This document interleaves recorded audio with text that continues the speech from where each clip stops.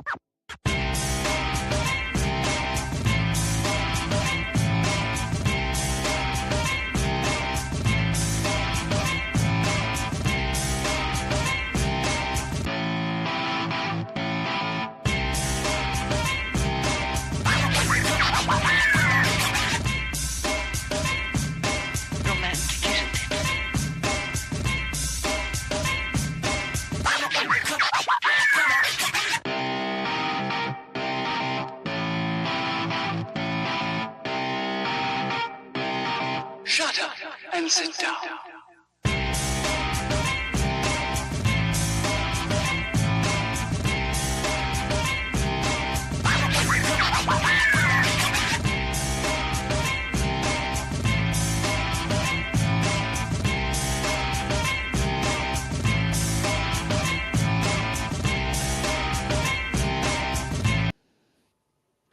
Hello, good evening, and welcome to another episode of Build, Paint, Play. I'm Dave. I'm Jake, and tonight we are joined by Dan from Hobby Heroes. So we're excited about that. Oh, he's over here on this one? All right, cool. Yeah, I don't know where I'm at. Who am I? Hang on. This way? Is that? Yeah, that's looking right. Looking correct. This way? All right, cool. Yeah, I'm like flipped. That's fine. Am I good. flipped? Who knows? I don't know. How's it going, guys? So normally on Dave's screen, it's always different than what I see and what everybody else sees on YouTube because he has like the master panel and he can move us around on his screen. So the master panel. I like that. I like the sound of that. Oh, yeah. See, now Dave and I are up the top. Now you're over here on yeah, all right, we're having fun. Like do one. And I'll like. It's like the old Star Trek episodes. What's Brady Bunch? We don't want to do too much of that. Yeah, so my neck hurts. Don't do too more of those. Well, I'm also falling apart. But yeah, how's it going, guys? Thanks for having me on your stream. Thanks for being here, man. It's very cool. Very cool to have you on. I think it's going to be a fun and quite anarchic chat this evening. It should be good. It's the only way I know how to do it. So yeah, that's good. That works for all of us. First up, I want to say hi to folks we've got in the chat. Hi, Luis. Hi, Jonathan. Hi, Pete. Mark. Cat Swift is here. Table ready or not? I think that's Patrick, right? I think it's Patrick Keith. I thought he's Sculpt Dude. He's Sculpt Dude, but he's also started a new channel, I think, focused on his painting rather than his sculpting. Oh, cool. Okay. Yeah, it is Patrick. Okay. Yeah. Excellent. Jonathan Plano said he watched The Grim in the Dark last night, and it's phenomenal. If you haven't watched it yet, it's absolute watch for anyone in the hobby. But then said, did you get robbed, Dave? That's the story that we'll tell later on from Trench Crusade Games this past weekend. Okay. Excellent. Yes, there we go. It is Patrick, his new account. Fantastic. Nice. Welcome, everybody. I'm sure we'll have some more folks be joining us during the evening. But if you're tuning in, make sure you do all the things. Smash that like button, share it everywhere, do all the stuff. Whatever we're supposed to do to outsmart the AI. Oh, it's a tough one. Seriously. We were talking about something at work today, and literally within minutes of talking about it, my buddy was looking through something on Facebook, and a reel popped up for it. And he was like, "What the hell?" I was like, "Dude, it's all tied in. Everything is tied together now." They're always listening. It's watchable via their Instagram link on the Grim and Dark YouTube. Oh yeah, okay, cool, whatever. Yeah, if you head to trademarkfilms.com. You'll be able to get the link from there. Did everybody see the picture of Henry Cavill with his leg up on the table and with the everybody's like, oh, it's clickbait. They're like, is this about the new show he's doing? And I was like, if you look at the picture, I was like, hopefully he watched the episode where we had Ben on talking about how to do list building for Horus Heresy Volume 3, because it's his loyalist, it's the Loyalist Astartes book, the core rule book, and then he's got another book which I'm assuming is the Heretic Astartes. Because they all look big, and he's got the core sheet out, some like a notepad. I was like, he's list building, guys. He's list building. Yeah, he's really doing. He's doing the thing that I like to do. Yeah, he's my hero. That made me laugh though. I saw I did see a short today that was where the guy was like, okay, everybody has picked out like these different Easter eggs in that photo. Well, they think are Easter eggs, and so they think that's going to be heresy. But I've spotted something else in there that's going to tell you exactly what it is. And he goes through and talks about it all, and he's like, but just like I've said before, it's going to be Eisenhorn. And then he described nothing that was in that photo that gave him the idea that it was going to be Eisenhorn. And it's like, I mean, I think the smartest thing to do, if you wanted to have this show make sense, would be to draw something from Black Library. So I think Eisenhorn makes sense. Like if you want to do something like that, I think it's really. I think you look at some of the other like real hardcore sci-fi stuff that they've tried to adapt from, like Halo. Like I love Halo. Yep. The Halo TV series visually looks great. They did a great job with the whole like Lord of the Rings forced perspective. So the Spartans all look really big. I forget the guy's name who plays Master Chief, but he does a great job. The armor looks awesome. They used a lot of traditional effects. It's not all like green screen and sci-fi. A lot of it's like genuine old school like hobby tricks and movie tricks rather. But the story's a disaster because they tried to like make something from scratch, and it's like we already know the existing storyline. Like you can't try to like wedge something. It just didn't make sense. So I think if they want to have Warhammer be successful in a new medium, in like a live action television show, I think the smart thing to do would be either take something that already exists and bring Dan Abnett in, right? I mean, Dan worked with Guardians of the Galaxy. Like the whole reason the Guardians movie makes sense and is fun is because Dan basically went through the recycle bin at Marvel and was like, "Oh, can I make a Guardians of the Galaxy?" And they're like, "Oh, we haven't worked on that since Jim Steranko and Jim Starlin in like the 90s or early 2000s. Yeah, knock yourself out." And he like made it make sense, and then he consulted on the film and gave them like pointers and stuff. Like James Gunn knew the story he wanted to do, but wanted to make sure that he was doing the characters the right way. I think that if they do something like that, I think it'll be really successful and it'll be awesome. Like, yeah, there's tons of opportunity for it to go right, but there's infinite ways that it could go wrong. So, I hope they do like a romance story, to be honest. Like, yeah, oh god, space romance. Yeah, like so Ravner and Eisenhorn are in a sub-dom relationship, and like you're not supposed to know about it. And like where do orcs come from? Seriously, let's do a whole side quest. Like, it'd be fantastic. I'm in for it. I'm here for it. There's a hi to Josh as well, who's joined us, and Dave Hummel and James as well, who agrees with me. I don't know. And also, Jonathan reminds us that Alien Earth finale. Ooh, I'm not caught up. I'm not caught up on Alien Earth. I haven't watched any of it. Don't spoil it. I'm 2 episodes behind right now. So they're on Earth. And there's aliens? There's an alien. Well, awesome. There we go. Spoiled it. Is it good? Nailed it. I think it's great. Yeah.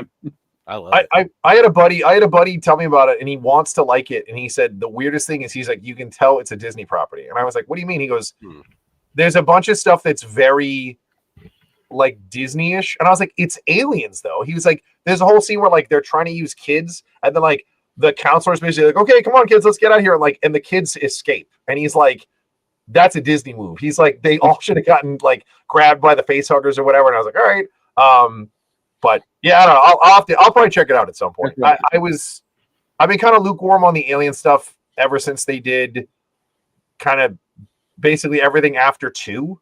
Like Alien is great. Aliens is phenomenal. I think all the other ones are kind of they're just kind of a mess. But I love Alien 3. With the dog in the prison colony, like I know I'm in the minority, but I love it. It's not bad, but it's like watching it after Aliens. You're like, oh, it's not as good. It's like a significant step down. It's a different film. It's a different film, but it's part of Aliens.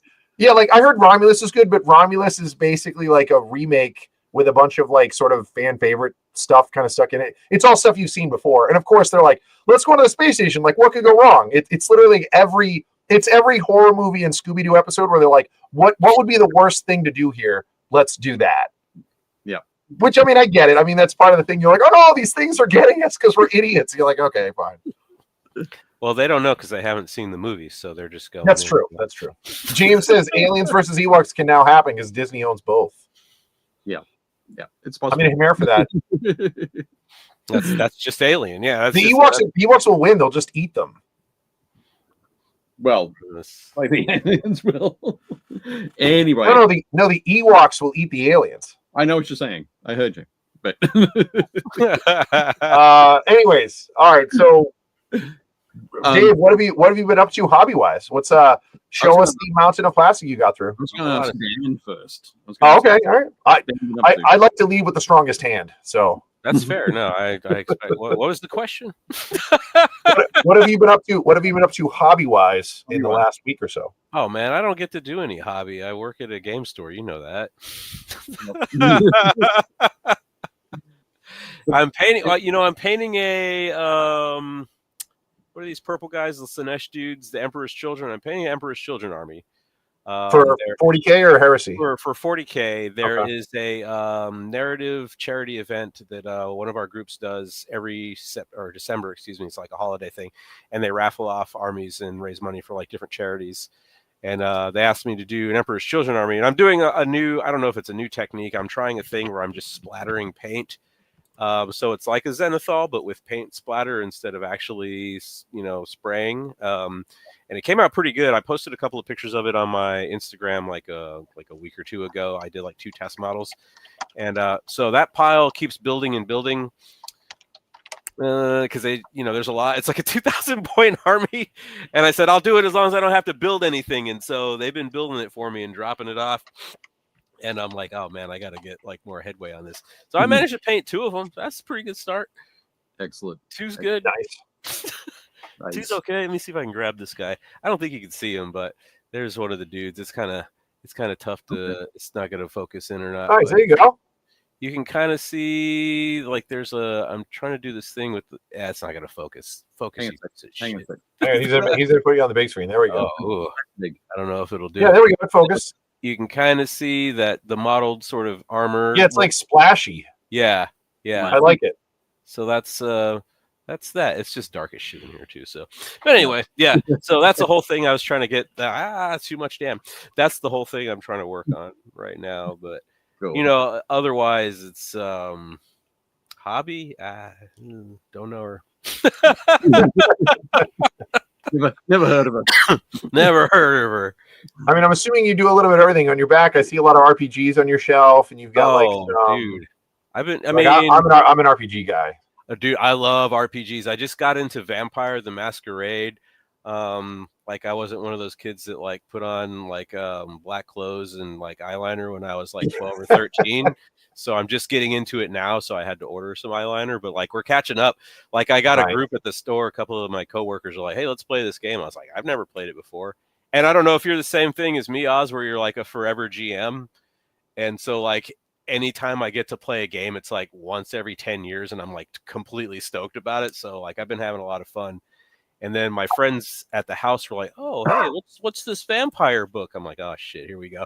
They're like, "Maybe you could run a game for us." So like we started doing that too. So I'm deep in the vampire RPG right now. We'll see how it goes. Nice. Yeah, the new vampire stuff had quite the adventure. So like my buddy Pete's in here. So one of my favorite games of all time, we played Vampire Dark Age, which takes place during the Dark Ages. Oh, sure, but it's still vampire. Yeah. So sick. Super fun, absolutely loved it. But so you basically had Wizards of the Coast. You had White Wolf doing it initially, right? And then White Wolf basically goes under, and the license kind of like drifted around, and there were people doing supplements, but like nobody owned it. And then is it Paradox? I think it's Paradox. The video game company basically bought the rights. I think it's Paradox. They bought the rights, and then they decided to sort of resurrect White Wolf. So they reconstituted White Wolf, and unfortunately, it turned out to be like a bunch of like Swedish edgelords who were all like, "We're gonna make it super dark and be really cynical," and it was really not great. And they made a bunch of really problematic decisions, and like I remember all that. Yeah, it was really bad. Yeah, so they basically very quietly like sort of snapped their necks and like hid them, and then they handed it off to Modifius, and Modifius like crash landed the Kickstarter and re-edited and redid all the books. Yeah. And then once that was over, they then decided to get rid of Modifius, and now Renegade is doing the books themselves. Oh my goodness! So, what's up? I said, "Oh my goodness!" Like, it's another saga of like a game, like finding different homes and everyone trying to put their spin on it and reintroduce it into the world, and that happens a lot. You see. But I mean, it's really good. Like the new edition is done really well. It's just some of the book layout is a little weird. But it's more like a little bit of style over being able to find rules, which is fine. Yeah. Dave is 100% right. As the world of darkness turns, it's it's super fun. But I'm with you. I do a lot of role playing, and I'm in like a 3-week rotation. So I run a game, and then we have another guy who runs a game, and then another buddy of mine runs a game. That's the dream. The game that I run, we're doing it almost like. I always use like television as an example. We do it like seasons of TV or like an arc in a comic book series. So it's like I will GM one arc, and then like Dave's like going to run the next one. So then Dave runs the next arc, and then I might be like, "Oh, I have a really cool idea," and I do like a one shot, and then you run the next season. So like that's really good because it kind of gives all of us a break. That's the dream, dude. Like having multiple people in a group that can GM a game. Like there's like 4 out of the 6 of us that could GM in our group. So Fox says we all got to learn how. So Fox is one of my players. She's also my songwriting partner, band partner. She's the one that found the vampire book sitting at the house because I've been running the Star Wars RPG, which is like my hands down favorite RPG of all time. The new one used to be Fantasy Flight. Now it's Edge. Studios. Yeah, it's really good. The Fruity Pebbles dice system. It's awesome. Oh, dude, I've been playing that thing for like 15, 20 years or something now, however long it's been out. But I was like, hey, let's do another Star Wars. And everyone's like, sure. And then Fox saw the vampire book, and she's like, I really like this book. And I was like, oh, I guess I'm running a vampire. I have so many. I own so many RPGs. You can't see it, but around the corner this way in this room, like over here, I have a big bookcase that's just RPGs. I must have probably 60 or 70. I've cut my collection down a lot. Dude, RPG books are so fun because like there's so much potential in them, and you start kind of imagining these stories and figuring out what's going to go. But it's like, oh, I guess I need friends, and I need someone to play with. That's easy. Then, yeah. So I have a lot of RPGs that never really got off the ground, which is a bummer. But I've had one. I will say one of the most fun things now, RPG wise, is because of COVID. COVID kind of made it easy to get online resources and tools. Yeah. So now it's so much easier to play with friends of mine, like Joe Borowski, who we know from Death Ray Designs. I'm up in Boston, and Joe plays in a game with me because we're playing online, and I think he's in South Carolina or something. Yeah. So it's been great. I have some friends out on the West Coast that play. That's harder. Like we start at 9. So yeah, for them, 2 hour, the time. Yeah, so they're getting out of work at like 3 or 4.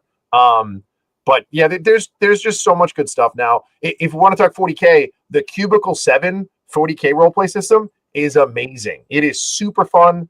They just released Imperial. What is it? Which one is that? What's that new? Is it the newest one that came out? There's 2. There's this Wrath and Glory. I didn't really. And then there's this Imperium Maledictum. Yes, Imperium Maledictum is really good. I managed to play one shot of that at Adepticon this past year. Yeah, because they were demoing it. Maledictum is essentially a redo of Rogue Trader from back in the day. It's just it's a lot more straightforward. It still has the D100. It's still kind of clunky, but I like how crunchy the rule set is. You gotta have that crunch. But Wrath and Glory, and then they make a Sigmar one too. I forget what that one's called. Soulbound. They're both great. Like if Dave wants to play a Seraphon and you want to play, one of the airship dwarves, the Caradon Overlords, and I want to play like a witch elf sorcerer, we can do that. It is super cool. It's designed in a really fun way. So for Age of Sigmar lore, and Dave will appreciate this. The whole idea with Age of Sigmar lore is no matter what you're playing, everybody essentially comes back. So if you're a Sigmarite and you get killed, you just get recast. If you're the undead, Nagash just like recycles you. If you're any of the forces of order, because of the way that so then the elf gods take you. Like the elf gods take you and they can bring you back if they want to. So in Soulbound, the idea is that you all have to be from the same like quarter. So either you're forces of order, forces of death, forces of chaos, forces of destruction. And whatever you choose, we get soulbound together. So the idea is that we're sort of like the UN, basically like all of our respective patrons have been like, sure, we're going to donate these people to this cause, and we all get soulbound together. So if Dave Seraphon dies, the old ones reconstitute him. He's like anchored to us, so he like respawns. Nice. And I was like, that's pretty cool. It's a neat mechanic. Yeah, that's a cool idea for it. Excellent. Sorry, Dave. We went off on a whole RPG tangent. Oh yeah, I could talk RPGs for the whole 2 hours of this thing if you're not careful. Same, 100%. So Jake, your hobby. What do you mean? So this weekend I was away at Granite State Comic-Con. It was pretty fun. I basically ran their like paint and take. And it's a fun show. Like there's a lot of people that we know who are there, and it's pretty chill. I guess they said there was like 7,000 people there or something. Wow. But it was kind of slow, if I'm being honest. A lot of people were it's in like 3 buildings, basically. So there's one building. Anybody who's a hockey fan, there's a big stadium in Manchester. It's where the Monarchs play. And in that arena, they have a bunch of like rooms up the top. And then in the actual like the arena itself, they have a bunch of vendors, and then they have like all of their like guests that are there. Mm-hmm. So there's always lines, people getting autographs and stuff. And then there's another hall that's all like think classic comic book vendor. It's like, tons of rows of people selling comics and trades and back issues. And then there's like a game hall, and that's where like a lot of the comic artists are in one room. And then in the adjacent room, it's the game hall, and that's where we are. So we get a decent amount of traffic, but most of the people spend their time either, combing through singles boxes or waiting in line to get an autograph. So it's just a different vibe, but it's fun. It's a good time. But I had a bunch of like little kids come through who had a blast. I let them use the markers. I brought the paint markers from with us. Those are awesome. Yeah, they're great. But really they weren't out yet. Yeah. But I had my set, so I let people mess with them. But everybody liked them. It was a good time. I had a lot of fun, met a lot of like new people. And it's a lot of what are you doing here? Oh, doing paint take. Oh, I don't know how to paint. That's kind of why I'm here. Like, here, let's get you started. It's always crazy to me how many people are like really, really hesitant because they're afraid that they'll be bad at it. And I'm like, you can't screw this up. It's a water-based acrylic. Like there's no danger here. Like, yeah. But it was a good time. I had stuff from the Army Painter, and then I used some of the leftover Marvel United miniatures that Dave and I had from San Diego. Cool. So I sprayed them all white and brought a bunch of them, and people had a good time. I mean, everybody seemed to like it. I had a couple photos there was this really, really little girl who loved it. She was like, "It's my dad's birthday." So she grabbed Sauron. He's one of the X-Men villains from the Savage Land. He's like a pterodactyl man. So nice. She like painted him like 19 different colors and was having the time of her life. And I was like, nailed it. It was fun though. That's the whole point. Yeah, for sure. It was great. I got to build Lysander while I was there. I was like hanging out at like my desk and built Lysander, and then snipped and cleaned not Shrike, Ethan Sean. I managed to trim and clip him up, and I'll build him probably tomorrow, and then base coat them, and then that's my next project. Get the 2 of them done. Cool, excellent. Just say so. Mention Fox. You mentioned Fox earlier. Say hi to Fox. Welcome. Jeff Smith's also joined us in the chat, and Cat Swift says my brother is visiting. He doesn't understand my obsession. Was listening to this conversation, shook his head, and left the room. Nice. I mean, I don't know what to tell you. That's fine, Cat. It's okay. We're not for everybody. We'll be back. Jez Hunt has also joined us, and Super Dan Osborne. No, nobody said Titan Project. Sorry. I feel like Dan's afraid of miniatures. All he paints is like Titans and Knights. Titans are awesome. I think he's worried. Anything that's 32 mil, he's like, I'm not doing that. Too small. Too tight. Fantastic. So I think I've kind of scattered my hobby stuff throughout the presentations, so we can have a quick look at that as we go through. Ooh, so I don't need to talk about it, but I'll just say that I finished painting 16 models for Trench Crusade. Actually 18 models for Trench Crusade. Played 3 Trench Crusade games.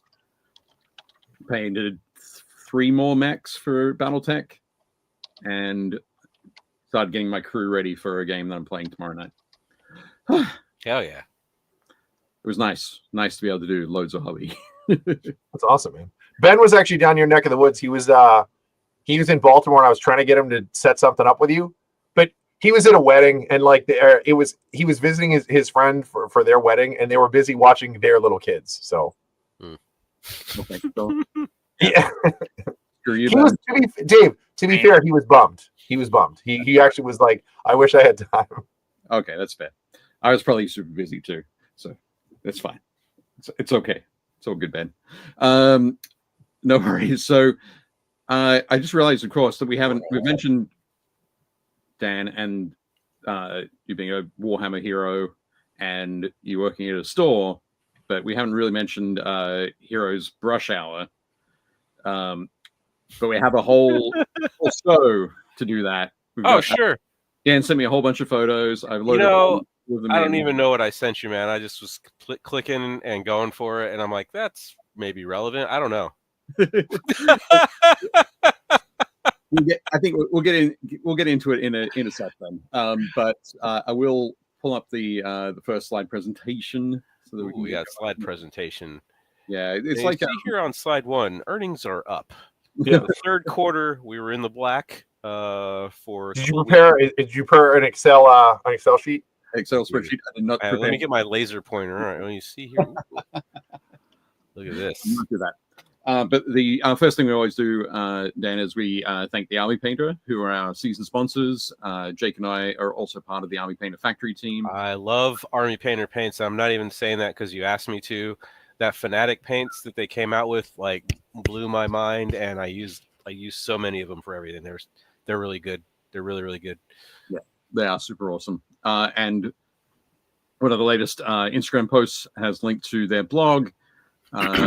Robert Carlson has basically goes through beginner, intermediate, and advanced approaches for non-metallic metal. Blow my mind. If you're interested in checking that out, make sure you check out the blog on thearmypainter.com, linked in the notes below. Down there is also our BuildPaintPlay discount code BPD5. So that'll give you 5% off any Army Painter products from thearmypainter.com. A little discount. I can't wrap my mind around NMM, but people that can do it, are hats off. Yeah, it is super amazing. Hats off. I've been doing a bunch of work in the last couple of weeks, specifically focused on the books that I'm doing with Natalia Orich and Tim Marsh. Vince Venturella's I've already finished putting his together, but Tim's got some fantastic stuff in there talking about volumes and light. And I think once you see that, Dan, you'll start to get a better idea. Your brain will be a bit blown, but it'll start to give you a bit more of that, bit more of an understanding of how non-metallic metal can work. Well, I'm unteachable, Dave, so I don't know if it's going to help. I saw the other day someone used like non-metallic metallic effects, but to do like lighted armor. You know what I mean? Like it was like like this armor is green, but they used like the same kind of banding that you would use on non-metallic metallic. It was interesting. It took my brain a second. I was like, why does that look weird? And I was like, oh, like they did it like it's not metallic, but it's like it's just to pretend that the armor had like a sort of like a chrome like shine to it. It was cool, but it was a different. It was the same style, but like a different effect. It was pretty cool. Yeah, very different feel for sure. Excellent. Fox says, I bought my first paints without consulting Dan, and after I was done crying, I tried Army Painter, and I realized he was right. There we go. I had a conversation with a guy at Granite State about that. He was like, "Oh, I really like these paints," and he was like, "I was like, okay, cool." And he was like, "How much are they?" And like, the starter paint set's not bad. It's like $43 or something. Mm-hmm. And he was like, "Oh yeah." I'm like, "What have you been painting with?" He's like, "Well, I'm pretty cheap. I bought a bunch of like, craft paint at like the craft store." And I was like, and I told him, I was like, "Look, I'm like the Iron Painter stuff it's 300, 400% more pigmented than that. It's like that's why it works this way." And he was like, "Oh yeah, I don't really have a lot of money." I was like, "What are you painting?" He's like, "Warhammer stuff." And I was like, "Listen, if you're buying Warhammer that's stuff," why he doesn't have money.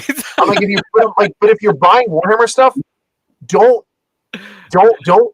buy like the super cheap paint. Like you could literally paint everything with just a starter set. Yeah, absolutely. But this is Jake at Granite State Comic Con in the Paint and Take area. Look at you. Yeah, there's all my little Marvel dudes painted there. You can see Lysander's body in front of me. Yep. The corpse of Lysander. Yeah. Excellent. My test model is up there on top of that box in the middle. I took Sasquatch from Alpha Flight, the big orange Sasquatch guy. He looks like Bigfoot. And I just painted him with the orange marker out of the box. And There's like 3 or 4 different tones of orange. People were like, "Oh, that's so cool." I was like, "I didn't do that. That's what the marker does." And they were like, "Oh, really?" Like, that's how speed paint works. And that's as soon as people saw that, they were like, "It's like I can do that." It's one of those kind of things. And I'm like, "Yes, you can. Here's a marker. Sit down." Excellent. Rob Sakaluk has joined us from Australia. Nice. Excuse me. Welcome. Oh, sorry. Here, let me say hi to him. Hey, Rob, how's it going, man? It's good to see you. Yeah. That joke's not old at all. Never. That joke is just getting to Australia. Just right there. Yep. Just now. Yep. Robots. So, yep, there we go. Very nice, Dave. My first lance painted for Battletech Alpha Strike. Mm-hmm. What is this, like Lyran Home Guard? I have no idea what you're talking about. I don't know. Warhammer. Well, you picked Steiner. You picked Steiner. So House Steiner is the Lyran Commonwealth. This looks like the Lyran 10th of the Lyran Guard. They're like blue and white. Okay, cool. I think I Very just nice. saw a blue and white scheme that somebody had done online and decided to work with those.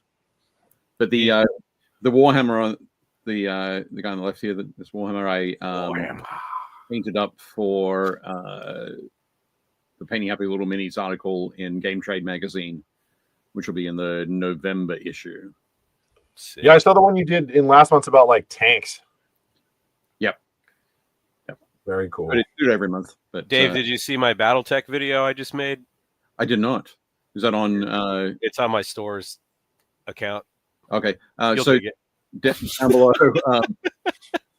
down below, I have not only linked to Heroes Brush Hour Twitch stream, but I've linked to Dan's Instagram and his store's Instagram. Yeah. As well. So I will go and check that out after the show. The store goes hard. Yeah, for sure. Some wonderful stuff in Atlas, Locust. Who's the other guy on the end? So Atlas, Locust, that's a Warhammer, and that's a Blackjack. Blackjack. Wow. Dave, I really like how you scuffed up the legs, so like the steel is showing, like they've been like rubbing the paint off. I like that. Yep. One of the things I wanted to do was have the focus on the bright colors up the top. Yeah. So I didn't do as much highlighting as I went further down, and there's only a few sort of white areas lower down. But then I did a mix of like Banshee Brown and the darkness, and thin it with some water, and slap that over the base just again to darken that down, desaturate it, and then those scuffs along the edge with some mithril. You ever think about how the Atlas pilot sees out of the Atlas? Is he sitting on the left eye or the right eye, or is he looking through the nose? You ever think about that? So supposedly the Atlas is the only mech that's big enough that it can have 2 people in the head. So I assume he's looking out one of the eyes. One eye each. Yeah. There you go. That can be interesting. Locust, best mech all time. Fight me. It's hilarious. I love how fast that thing is. Dude, he can't even hit that dude. Nice. Excellent. But I think we're going to ask a question, Dan. Huh? We're going to ask a question about bases. Me, I'm asking you a question about bases. Oh, I said that was me, Dave. I said, are you going to base them? Am I going to paint the bases? How are you going to base them? There you go. Nice. Get it from both barrels. Why aren't they based yet? That's my question. Yeah, what's going on? Them, and why aren't they based yet? Go. Well, I'd say the two things are, one is I'm not familiar with basing etiquette for BattleTech, so I'm now learning that I should have them based. But I'm thinking of doing a, strangely enough, even though I've done the darker colors on the lower extremities, for some reason I'm wanting to do them on a very light, dusty, sort of deserty kind of sandy kind of look. And I'd also like to repose some legs, so they're kind of standing on tactical rocks, which I think could be pretty neat. Just a little bit different, because I can't leave well enough alone. Those are my thoughts at the moment. Get them painted first and come back to the basing afterwards. So we'll see how that goes. Nice. Good. And the base will only improve what you've already done, sir. It looks excellent.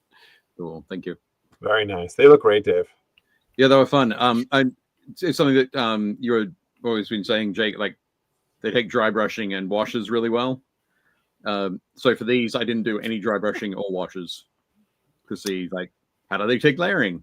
Just fine. So you've got all the options. He's always gonna do things the hard way. Yeah. Ice skating uphill, this guy. Yep. Both ways. Excellent. And next up, just quickly, our buddy Malev has just launched his Kickstarter for Greathelm.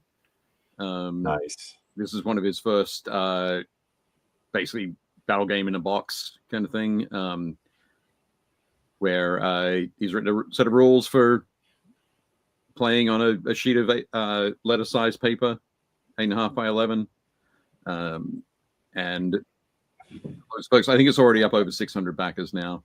But I backed this one. Man, he blew it away. I saw his post earlier. It was like, man, he killed it. So very cool. Absolutely. So Malev doing Malev things. He's great. Yep. I got Ghost Ship back here somewhere. Where's my Ghost Ship? It's over there. Oh, nice. Excellent. Or Demon Ship. Sorry. Demon Ship. I was like Ghost Ship. I was like, was Demon Ship. Well, I was wondering, was that one of the zine ones that he did? Ghost Ship is a movie. It is. Demon Ship is a game. Yep. There's a lot of similarities between them, but I would say Demon Ship's a little bit more like Pandora. But anyway, congrats, Malev. Super psyched for you. Have fun. Next up, we're talking about Dan. I know those guys. That's baby Dan. Nice. Look at that smirk and that sweet mustache. Yeah, man. Like, we're all young once, Yep.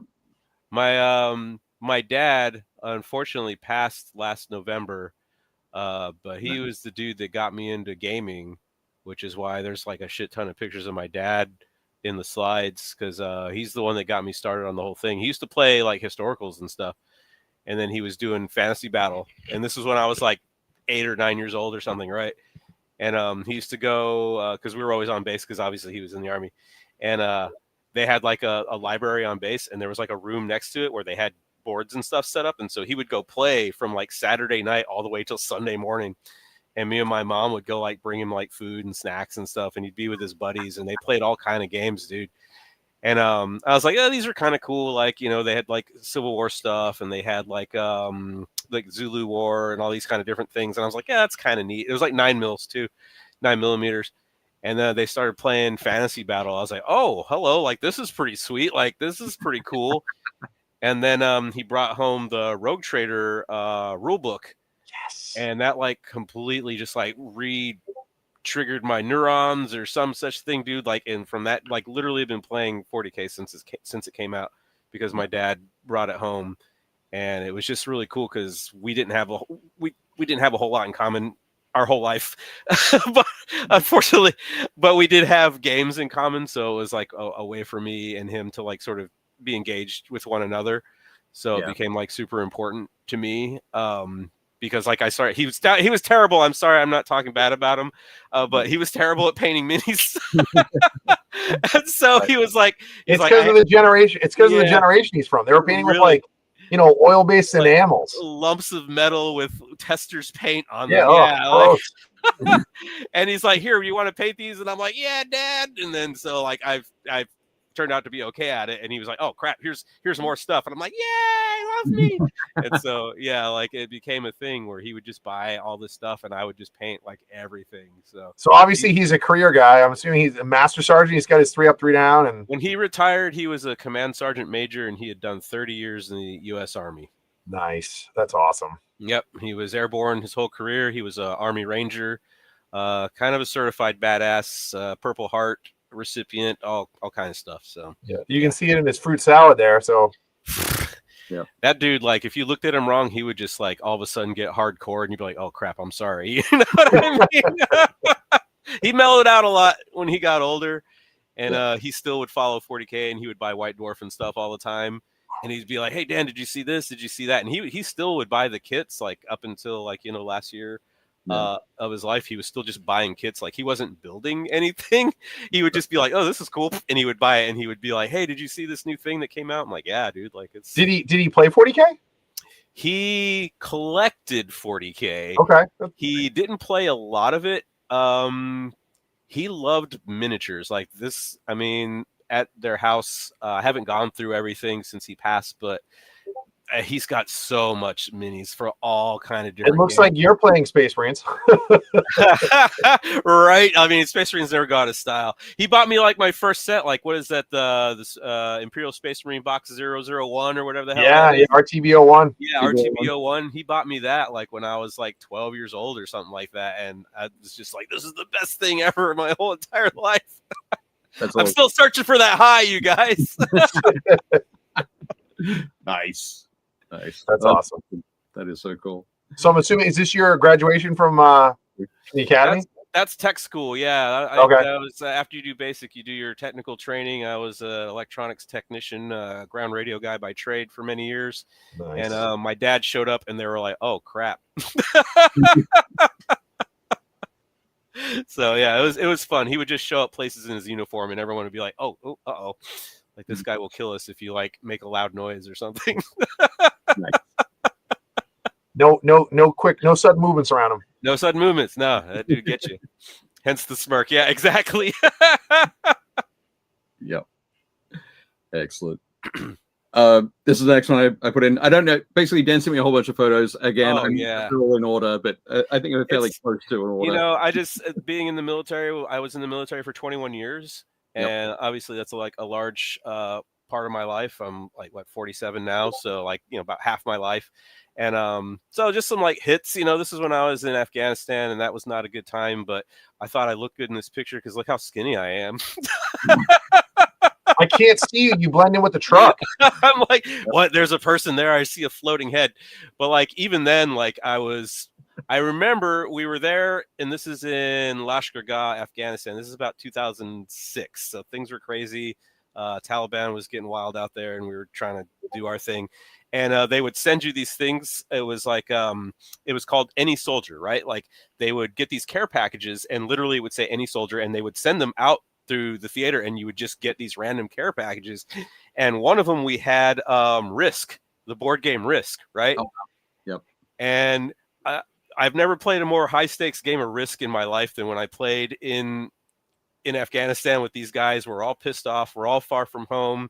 No one's been with their significant others in quite some time. If you catch my drift, there's loaded weapons everywhere. Yep. You took Kamchatka. We made a pact that you weren't going to take Kamchatka, bro. And then you did. It's like, dude, guns are like within arm's reach, and we're all just like, oh, I will fucking kill you, like literally. And we played like nonstop until we all hated each other. Like we played for like a week, dude. Yep. And then like after a while, we're like, we can't keep playing this game. We're gonna literally shoot each other. Having those distractions is what matters. Like my dad was in the Navy, and he told me, being on a carrier, he was like, the best thing was he was on a carrier, and the carrier has its own PX. So he would go and buy model kits, and that's how I get them. My dad built plastic models, World War II planes and whatever. Yeah, I think my first hobby experience was building like the USS Enterprise, like the starship. Oh hell yeah! I was like, I don't know, 9 or 10. Like that's like my first hobby experience. So dude, that's why it's like so formative, dude. Like just having those experiences when you're like young like that. And I remember playing Risk like at home with my dad and stuff, you know, and like he was like, you know, I love my dad, but he was not like, he didn't think a whole lot far ahead. And then I realized that I was like, oh, am I beating my dad at Risk? You know what I mean? Like, and it was like one of those moments where like the, you know, your dad, if you're a father, I don't know if you are, I am, but when your kid does something to like sort of surpass you and you're like, I can't even be mad. You know what I mean? Yeah, for And sure. I feel like your dad was like, don't take Kamchatka. And you're like, I guess I won't do that because you said not to do that. I will kick you out of the house. It's always Kamchatka because it's the bridge. Like, it's the bridge. Yeah, bro. Like that's why. Yeah, absolutely. Just quickly, Dave Hummel says, thank you for your service. And he says we were all that skinny while we were in. Oh, man. When I joined the military, it's like 114 pounds, bro. Like, wow. I see pictures of myself back then. I'm like, wow. Like, eat a sandwich. Cat Swift says, also grateful for both your service, for your and dad. You were probably over there a lot during the same time as like Big Rick. Yep. Big Rick. Where was Big Rick at? What was Big Rick doing? He was all over the place. Like he was their corpsman who was embedded with the Navy, with the Marines. So he was like, he was all over the place. He's got some crazy stories. Dude, I was attached to the Army 10th Mountain Division when I was there the second time. And we worked under a Marine captain who was our battle captain, but I was attached to a PRT, Army PRT. So I did like all their like missions and we went out and did stuff. And I'm like, I'm an Air Force guy. Like, why am I here? You're the smart guy with the radios who can fix stuff. Dude, like I was like, I had my little crypto, like my little thing, so I could put the crypto, you know, I had my kicks, I had all that stuff. And man, like they're like, you got to go with us in case something happens to the radio. I was like, that sucks, but okay. No. That was the first time I was in Afghanistan. That's in 2004. That was at Bagram, and that's a giant burn pit. So that explains some of my problems. Right. That stinks. Dude, it's wild, man. This thing is like miles wide, and you just look down and there's like all these different burning piles of trash. Like it's legit some of the stuff you see out there, man. Like you don't think you'll ever experience some of that, and you're just like, oh, I'm looking at some crazy stuff right now. Yep. Absolutely. Yeah. Oh yeah, that's right before I retired, I won like an award for I was like the top NCO in my career field in the entire Air Force, and I won an award, and the 4-star general gave me a thing, so I was pretty legit. That's awesome, man. Yeah. It was doing all right. It was doing okay. And then here's what no one tells you. I'm going to tell you guys this. Maybe you have a similar experience when you're in the military or something like this, and you're like up here, and then you retire, and then you're just like, now you're down here again. Like you go from being this guy to like no one really. It's like it's wild. It's like now you're citizen first class. So yeah, you know, and it's a pretty big like adjustment, like for real. Like it's nuts, man. That was pretty cool. I like that. And you know, like my dad was in the military, so like he had always kind of instilled in me like the whole service, and you know, so I had all that going before I even went in, and I think it really, really helped me. And also like he was like crazy and intense, and so like nothing really bothered me when I was in. Like people would just be yelling and getting mad, and I'm like, okay, man, like whatever. My dad used to do way worse than this. Right. Like I would forget to mow the lawn, and the guy's like, I want to kill you. You know what I mean? And you're mad at me for failing PT tests or something? Like, whatever, dude. I don't care. You're not my real dad. You're not my real dad. But like after that, like everything, like the volume's turned down on everything else, bro. So yeah, like the military was a hoot, dude. Like some people can't hack it, but it's like, man, whatever. No. I think it was actually so it was Aaron Provost who's from the military. Yeah, Aaron was the one who put me onto you guys during COVID. He's a dude. Yeah, I like that guy. Yeah. There's a ton of ex-military in the hobby industry, like a ton. Oh yeah. There's just like you said, like you need those distractions. So when you find yourself in a situation where you're away from home, you're away from your family. I mean, going into hobbies is like the way it's like it's amazing. Like been out there just playing like random RPGs or whatever, just because like, well, let's do something. We have time. Like nobody's going home or whatever. You know what I mean? So yeah, it's very, I would say, popular, and probably even more popular now. Like folks that come into my store, they come in their uniforms all the time. And I'm always like, what's it like right now? What's going on base, man? Yeah. Yeah, we have a lot of military guys. Like we have 2 military guys on staff. Yeah.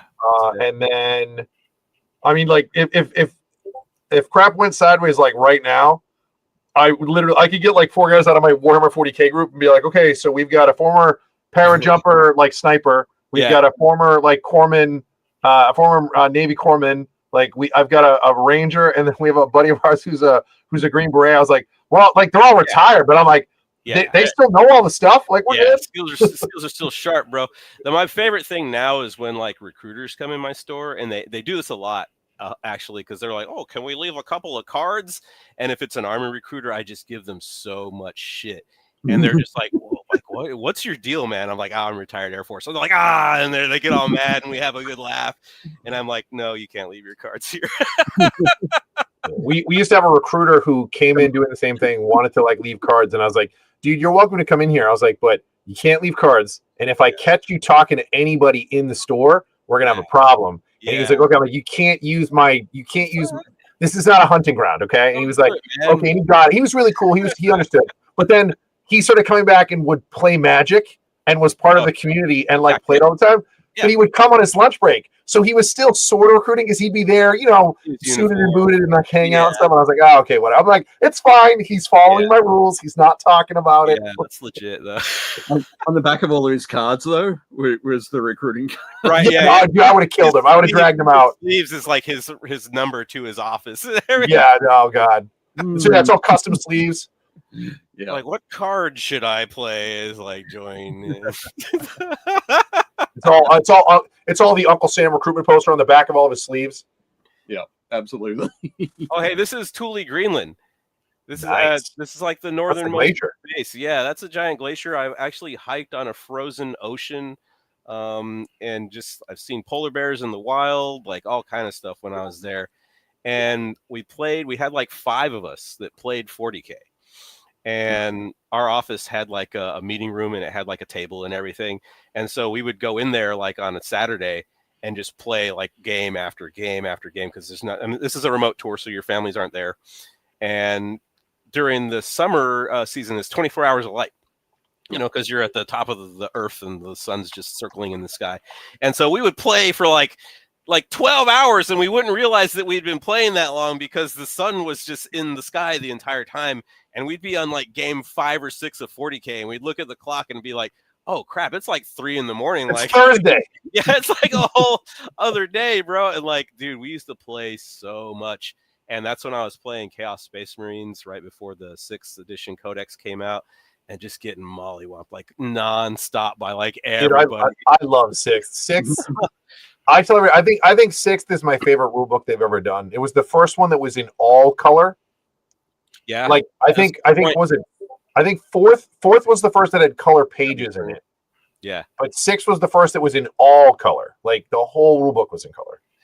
Man, that was a good time, dude. Like, cause I just painted nonstop. Like I just played nonstop. Like I built so much stuff, and that's like, again, that's all I had to do. I mean, obviously I was doing my job and other crap, but like, man, all right, it was the end of the day. Well, I guess I'm going to go paint some more Terminators or whatever, you know what I mean? And then we're like, hey, let's play. And we got like a couple of folks into it too. Like they would come by and be like, what is this? And we're like, oh, come check it out, So yeah, like, here, try this. It's free the first time. Yeah, the first one's free. Hey, here's one. Try it. You'll like it. Yeah. Space Marine for you. Yeah, wild time, dude. Excellent. Nobody recruits like Games Workshop. Oh yeah, did I tell you guys that I used to coach a roller derby team? No, you didn't. You did not. Yeah. Hey, I used to coach a roller derby team. This is my roller derby team. Like nice. I done a lot of stuff, and this is when I was still in the military and everything. You can see me like in the middle there. But I coached roller derby from like 2000, I want to say 2 to 2006 or something like that. And this is in Panama City, Florida. I was stationed at Tyndall Air Force Base, And that was a formative time. My wife was on the team. She was also like one of the team captains. You can see she's on my left side. So yeah, that was a big deal, man. Like, the funny thing is, my two assistant coaches, a gentleman named Sean and the guy with the hat behind him, they also got into 40K because of me. So like, we'd be like hanging out, drinking, and they're like, "What's that game that you're always into?" I was like, "Oh." Dan's like a hobby missionary. I really am, dude. He's just like traveling the world, creating more hobbyists. So yeah, I got them into it, and like, next thing you know, their wives who are on the team or girlfriends on the team are like, "Dude, stop," because now he's buying all these plastic models and stuff, and I'm like, "You can't stop it, man. Once it's uncorked, you can't stop the train." You can't put a bottle. That was a good time, man. Yeah, we used to do like, we were serious, dude. We did so many bouts, and we would travel kind of in that area. In the southern like area, like to Florida, like what do you call it, Alabama, and a bunch of other states. We did a bunch of big tournaments. Yeah, it was crazy. It was a crazy time. That's awesome, man. I have a couple of friends who did roller derby, so like we always liked watching it and checking it out. Dude, it's nuts. Yeah, it's nuts. It's a lot different now. I'm gonna be like old school boomer roller derby guy and be like, "Oh, it's not the same as when we did it." But I mean, it's not the same. It's still very cool, but like, it had a lot more speed. For those of you at home who are like, "What's roller derby?" You should watch the movie Whip It. Whip It's pretty decent, yeah. Whip It's pretty. It's pretty solid. It's pretty. When that movie came out, we legit did like a promotion with them where we promoted our bout at the movie theater when the movie came out. It was pretty cool. Oh, nice. Cool. Yeah. That's a great. It was just in amongst everything else. It was like roller derby too. Oh, yeah. I've done a little bit of everything, and that was a big one. And we did that for a couple of years, man. What's the next? Oh, that's my wife. My wife. My wife. So there she is. Yeah. So this was her here. She's the one. Yeah, she's got the green helmet on with. It's got like like on an old fighter. It said like the P-40 Flying Tigers, like Jaws. Yep, that's what she's got on her helmet. Excellent. Yeah, it's pretty badass. Nice. There's a roller derby game from Impact Miniatures. Yeah, isn't our friend Tanya's got like a roller derby miniature that's after her, War Mistress? I am not familiar with that one. Yeah, she's got a miniature that's based on her because she used to do derby too. So if you talk to War Mistress, chat her up about that. Yeah. And that's my wife. I just wanted everybody to say hi to my wife. hello to your wife. And she puts up with my stuff. So yeah, she's a big reason why like I'm so successful in this space. Because behind every nerdy hobbyist, there's a wife that puts up with our crap. Yeah. Hello to wife. Thank you. Excellent. Cool. Oh, is this from your dad's house? He just bought like 30 impulsors. That's funny. No, this is I do Warhammer Learn to Play at my store. Nice. And I've been doing it for about 2 years now, and it's actually been incredibly successful. And I would say every month I teach about 4 or 5 people on average how to play Warhammer. And I've been doing this for years. So whenever I came up with the idea of it, it was before I was actually working at the store. So actually it's earlier than that. Holy crap. I came up with the idea of it. I was just going to do it all on my own. Like I was just going to make the kits. And my idea initially was to go to different stores and kind of do an event where I was teaching people how to play Warhammer. And so I kind of put it out there on the internet and I said, hey, I'm trying to collect this set. It's the Space Marine Combat Patrol or whatever, which is famously terrible, but whatever. Like I wanted to have all the same one. So I was like, hey, I need a bunch of these boxes. And like a crap ton of people just bought me boxes of Space Marines because I said I want to teach people how to play and I'm going to do it. And so I got a crap ton of boxes. People just sent me money or they sent me the actual like kit. And then I was like, hey, I need people to paint them. And then a bunch of people volunteered and painted. So I have like 9 of these boxes completely painted that survived the whole process that I use at my store. Every month I run on the first Monday of the month. I do Warhammer Learn to Play. You show up, you don't got to bring anything. You get one full army, the Combat Patrol. You play against somebody that has the same exact thing. So nobody's got I didn't get the good army and that's why I lost feels bad. Like everybody just has the same thing. Right. And I've been doing it for years now. And I've taught literally hundreds of people how to play Warhammer. And it blows my mind when I start adding up the numbers. And it all started with this idea that I wanted to do and people sending me the stuff. That's awesome, man. Some of them got lost, and there was some people, I don't want to name any names, but there's some people who were like, oh, I didn't get the box. And I'm like, well, the thing says it was delivered to you. I don't know what happened to the miniatures or whatever. And there was some of them like, got lost, and there's some people that aren't reliable. I'm not going to name names, but they're in my shit list. But they're on the list of people that I see them around on the internet, and I'm like, But most of them made it, and like people volunteered to paint, people volunteered to just build them for me. Like, is that the Combat Patrol? That's like the Combat Patrol, yeah, whatever it is. It's not good. Yeah. It's not great. And whenever you play the exact same army against the exact same army, it's like nothing really dies. It's right. Excellent. It's excellent. Because the current Space Marine one is really good. It's the Terminator Captain, 5 Terminators, the Terminator Librarian, and 5 of the Flamethrower dudes. Like, the new that list is rock hard. It's good. This one is like suppressors. It's got the eliminators. It's got what's the tank? Is that the Impulsor? The Impulsor, yeah. And infiltrators, I want to say. It doesn't even have regular intercessors. It's got the infiltrators. And so it's an interesting thing. But it works really well. And I've been using those minis for years now. And that's awesome. Yeah. There's a whole bunch of 4+ in that box. You need a lot of 4. Yeah, it's all 4 up. It's really easy to teach because everyone has the exact same rules, and everyone has the exact same like printout of everything, and everyone's like helping each other. Oh, it's a 4. It's toughness 4. It's toughness 4, or whatever. So like everyone's like, oh yeah, toughness 4. It's great. I love it, man. Excellent. Just quickly, I'm going to go back and call out. So Patrick Keith said I sculpted the roller derby girls for Impact. Oh, hell yeah. Oh, nice. Nice. Awesome. Nice one, if Patrick. you're sculpting a coach miniature, let me know. I'll send you some pics of me. Fantastic. That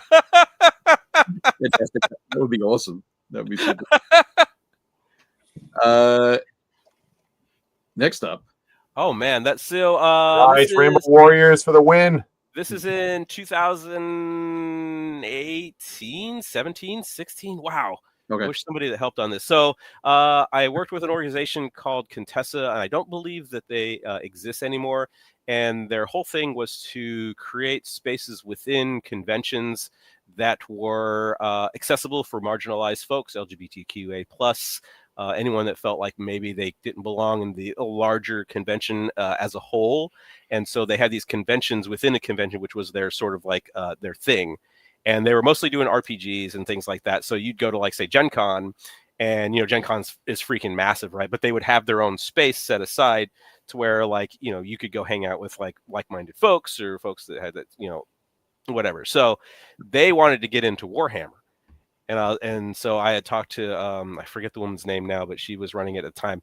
And she was like, we want to get into Warhammer. We kind of want to just build an army and like have it like when we go to these conventions to say, here's a thing, like come look at it and come talk about like what we have to offer, like a conversation piece, like if you would a coffee table book or something like that. So I actually helped put together a pretty heavy roster of like painters and model builders and stuff from our community, folks that I'm still friends with now, and people that are just like still painting and still making content. And I was like, hey, would you build or paint some Rainbow Warrior stuff for me? And we all got together and built this army. I think this is most of it. Actually, there's some stuff missing from this photo, but this was a massive army, and it took us like maybe 6-8 months to like finish everything. And it's super cool. You got I see a lot of like Lizard Man stuff in here. Like you've got the sergeant and the captain both have Makahedals, which is sweet. Like you've got like you got the headdress on the ancient. That's awesome. Yeah, the like Aztec, Mesoamerican kind of style, which like that's what drew me to it, because like being Hispanic, obviously that's like going to be my jam. But just we got together and like we all came, like we developed a recipe that everyone was going to follow, so it had the same colors. We had like the whole idea together, like who was going to do what. Like I had one person maybe would paint a tank, one person would paint a squad. I painted all the bases that you see. I painted all of those. Literally, my friend got like this company. I can't remember which base company it is. I'm so sorry. It's been like 10 years, you guys. But like they sent me a crap ton of bases. Forge? Yes, there you go. Yeah, I think that's what it is. Yep. And they sent me all the bases, and I painted all of them, and everybody sent me their unbased minis, and I based everything, did the whole thing. and it was this grand undertaking, and we donated it to the organization. And for like a good year or two, like because they went to convention to convention to convention, introducing their sort of like space within the convention, and they would just set it up and have it there, and it just looked cool as hell, and I'm hoping that it brought a lot of people like, attention to what they were doing. And eventually they were supposed to raffle it off, but I don't think they ever did. I think it's still like in a carrying case somewhere in somebody's closet, which is kind of a bummer. You should find out where it is and you should raffle it off. The last time I spoke to her, and I can't remember her name. It was probably like 2 years ago. I'd hit her up and I said, "Hey, whatever happened to this?" She's like, "Oh, I still have it."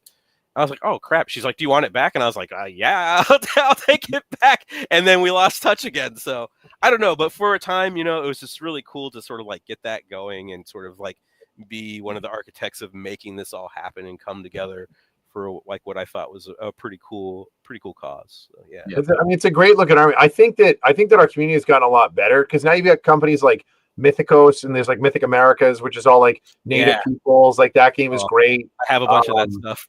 Yeah, I know Nelson Martinez, who owns that company, and like they've done a great job. And that's their whole mission is to kind of lean into like more of the cultures and the native cultures that are in North and South America. But his end goal is to do all native cultures across the globe, which is super cool. Love it. Because Mythic Earth is the ultimate goal. Right now they're just doing Mythic Americas, but no, that's sick.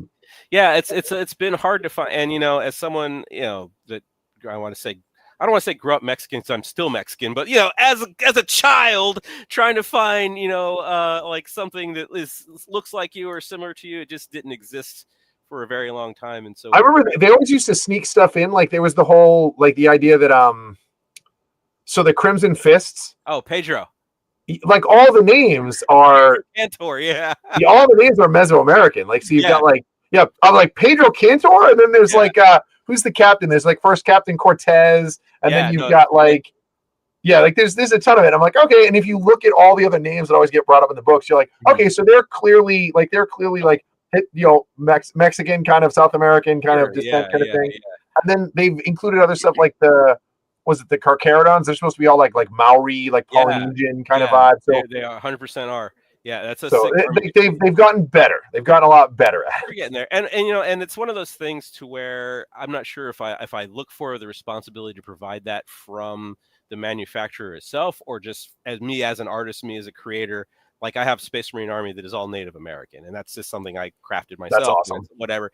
And I use Space Wolf bits because Space Wolf has like pelts and like bones and all these kind of things that sort of cross over. Of course, all the Celtic knots aren't in there, but like you can create the thing that you would like, and I think that's still really cool. But it does help to have like a little bit of extra in the toolbox to play with. Like I'm scraping for feathers like everywhere I go. I'm like, is there any feathers in here? we talk all the time. One of my favorite stories still is and James is in the chat. I'm sure still the original William King Deathwing short story where they're all Native Americans. Like I was like Native American. I was like, this is amazing. Like, why did they change it? Yeah, no, that was sick. I remember that because whenever you bought the expansion for Space Hulk, the Deathwing expansion, it had that story in there. Yep. And the characters had that they were Native American, and then that just got they're feudal English knights. So supposedly, a buddy of mine worked as an editor, and he was telling me that the reason why they kept the naming, so the whole reason why supposedly the whole reason why the Deathwing wears white, that happens after the heresy, and supposedly that short story is why they wear white now. So they kept it, but it's not like out there. Yeah. So I was like, okay, I mean, all right, well, I'll allow it, I guess. But I would say Patrick has pointed out that he also sculpted stuff for Mythic America. Oh, nice. Yeah, Patrick's sculpted stuff for everybody. Thanks, Patrick. I got a bunch of that stuff. You did great. Yeah. And Josh says Pepperidge Farm remembers. That's right. They do remember. Awesome. Hey, this is during my media empire, you guys. I had the Havoc Cast, which was my podcast. I did that podcast for a long, long time. I did this podcast for like I want to say like 2 or 3 years. And this is how I met most of the people in the hobby community that like I know of now, like just like a ton of big Scari's got my shirt on over there, and like guys like that.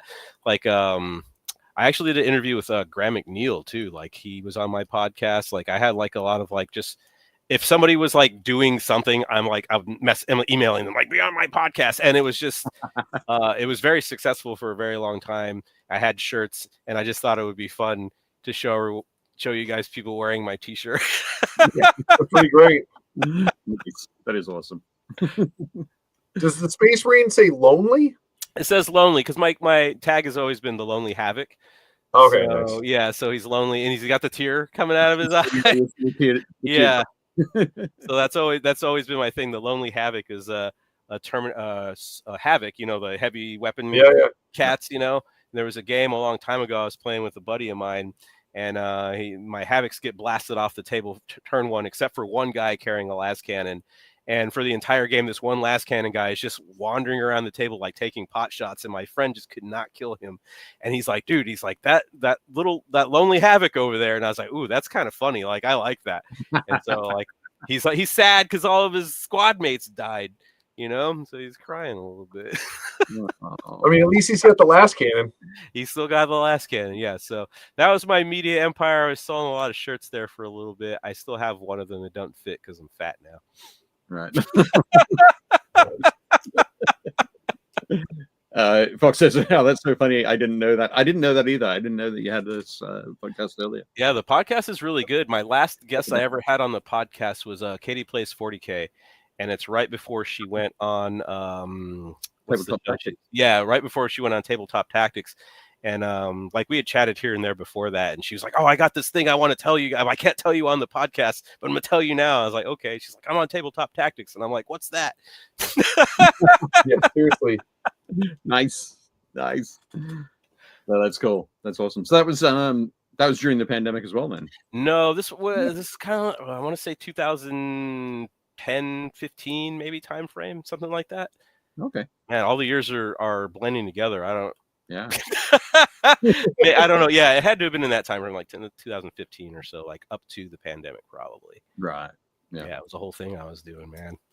Excellent. Oh yeah. this little screenshot. Yeah, I just thought this was fun because this is when I've been teaching Warhammer for like years and years and years, and so this is one of the events I did where I was teaching Warhammer at Gen Con.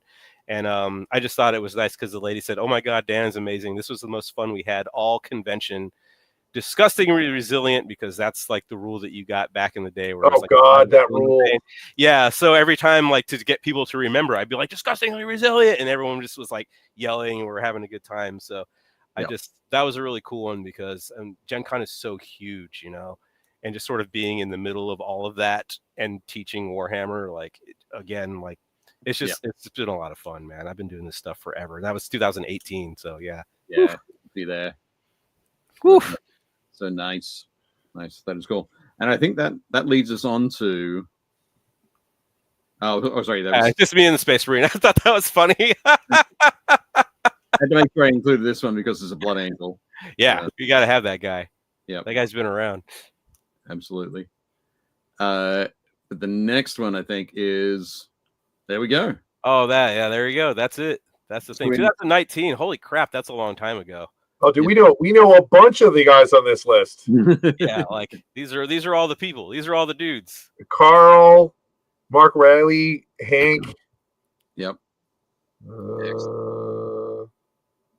So this so Warhammer Heroes, for those folks who don't know, each year, I think there was a couple of years they took off during the pandemic, but each year, Games Workshop. When did it start? 2017, I think. I think it was 17 or 18. Yeah, because we were the second round, so no, it would have been 18. Then.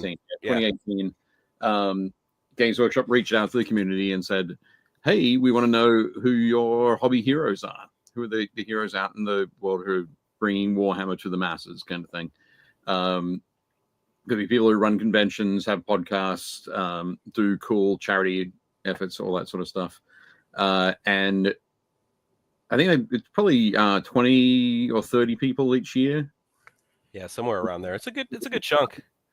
But from around the world, and in this particular year, as Jake was pointing out, so Carl from the Independent Characters, yourself, Mike Brandt, who used to own Nova Open, now the global events manager or global events director for Games Workshop.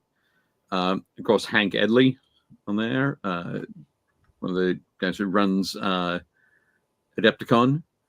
I can't remember if Diane. I know Diane, his wife, is also a Warhammer hero, but I can't remember. Yeah, so is Matthias. Yeah, Matthias was this year, 2025. Yep. But I can't remember if Diane was 20. I think Diane might have been 2018. I think she might have got in there before Hank. Hank might be in the chat. You might be able to. Your buddy Mark's in there too, Dave. Yeah, I know. I was about to come back to Mark. I know in there. I was like, wow, sorry, Mark. Like Dave skipped right over you. No, I was coming back. Circling back. There's a plan. Circling back. No, I work with Mark as well. So today I always, my day is always like within 10 feet of Mark. So he's there. And Mark's been doing some awesome sculpting work recently. So nice. Cool old school school orc looking guy, yeah. Yep. Beautiful stuff. But so yeah, 2019, you cool. And Andrew is Andrew Weller. Is that right? Is Andrew? No, Andrew Dart. He's not on this list. He's one of the with more to be announced, I guess. I didn't think it was Weller, but hey, there he is. Yeah, there's Carl too. Yep.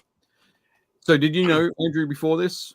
No. So Heroes Rush Hour began that night because I'm going to tell you something, and this is like no shade at all, but everyone was being very serious.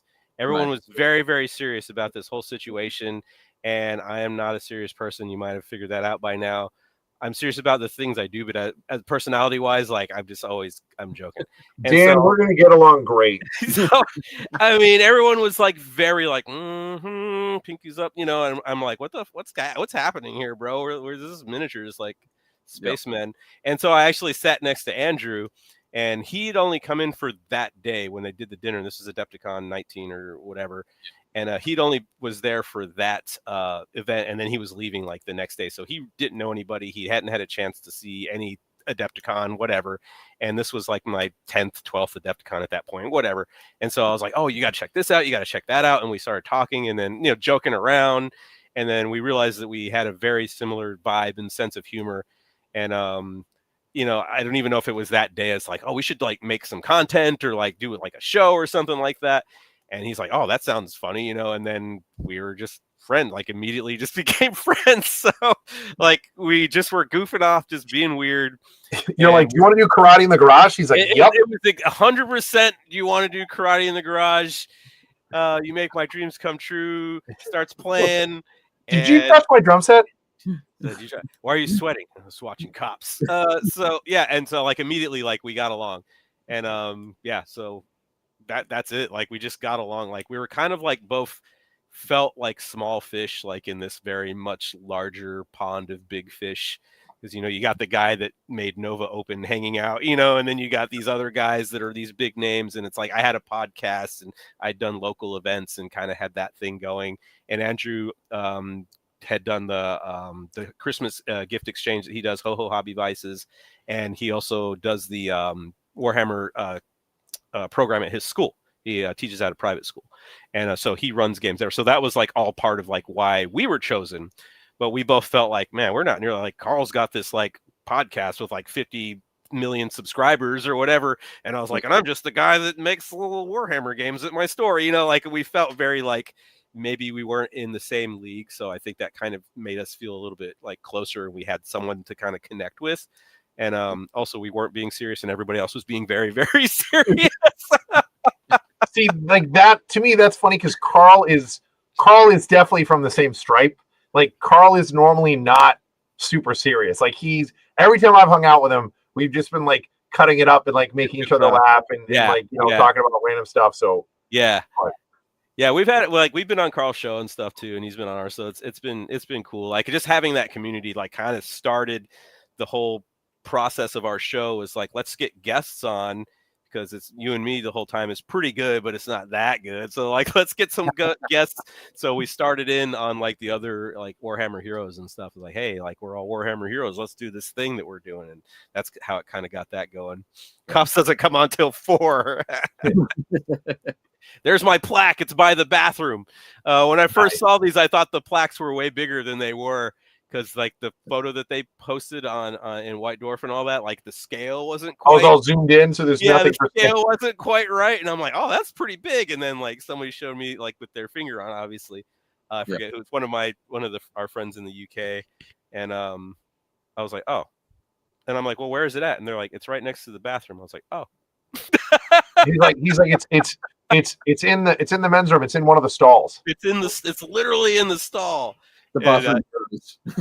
It's just really cool. I don't know if it's still up there. So if there's anybody in the chat that's in the UK and you head up to the GW Nottingham and you check it out, let me know if it's still there. And use the restroom. Use the restroom. Go use the restroom. Tell me if it's still there. Send me a picture. So for a while, I was just asking people to like take a picture by my plaque and send it to me. So it is a place of high honor. That's pretty cool, though. That is pretty cool. Yeah. Not bad. It's all right. Oh, that's me in my Hobby Vices shirt. I just wanted to give him some love since he's not here. He's a very busy man. He teaches, he's got a lot more responsibilities. He doesn't just teach anymore. He's got like more faculty stuff. So like he usually hits up our stream like 5 minutes before, and he's fucking sweating and breathing hard. And he's like, all right, what are we doing? Let's go. Who's our guests? And I have to give him like a quick brief, so. You know what I'm talking about. Oh, no, he's the me. He's the me. Yeah. He's the me on your show. He's the you. Dave gets it. Right. Yeah, for sure. That's all good. But there we go. Hey, that's us again. Just me and the bro. This is like the second time he came to Adepticon. See, what's happened? Here's the thing. His daughter's birthday is that same weekend of Adepticon. Me too. So yeah, my daughter was. You should just bring her to Adepticon. That's an easy fix. My daughter is March 25th, and so it's like the same. It kind of falls, but she's like 29 now, so she's like, whatever. I don't care what you do. But so he doesn't get to go to Adepticon. So the first time he got to like fully attend, I think was 22. I want to say maybe 22 or 23. And so like we were just living it up, man, having a good time, like being goofy and taking all the pictures and stuff. So yeah, that's awesome. Very cool.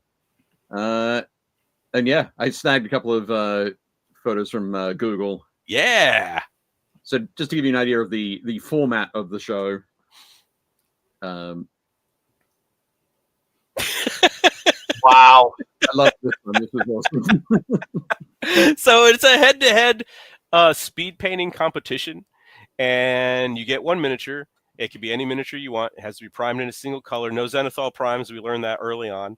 No Zenithal primes, and you paint on a countdown.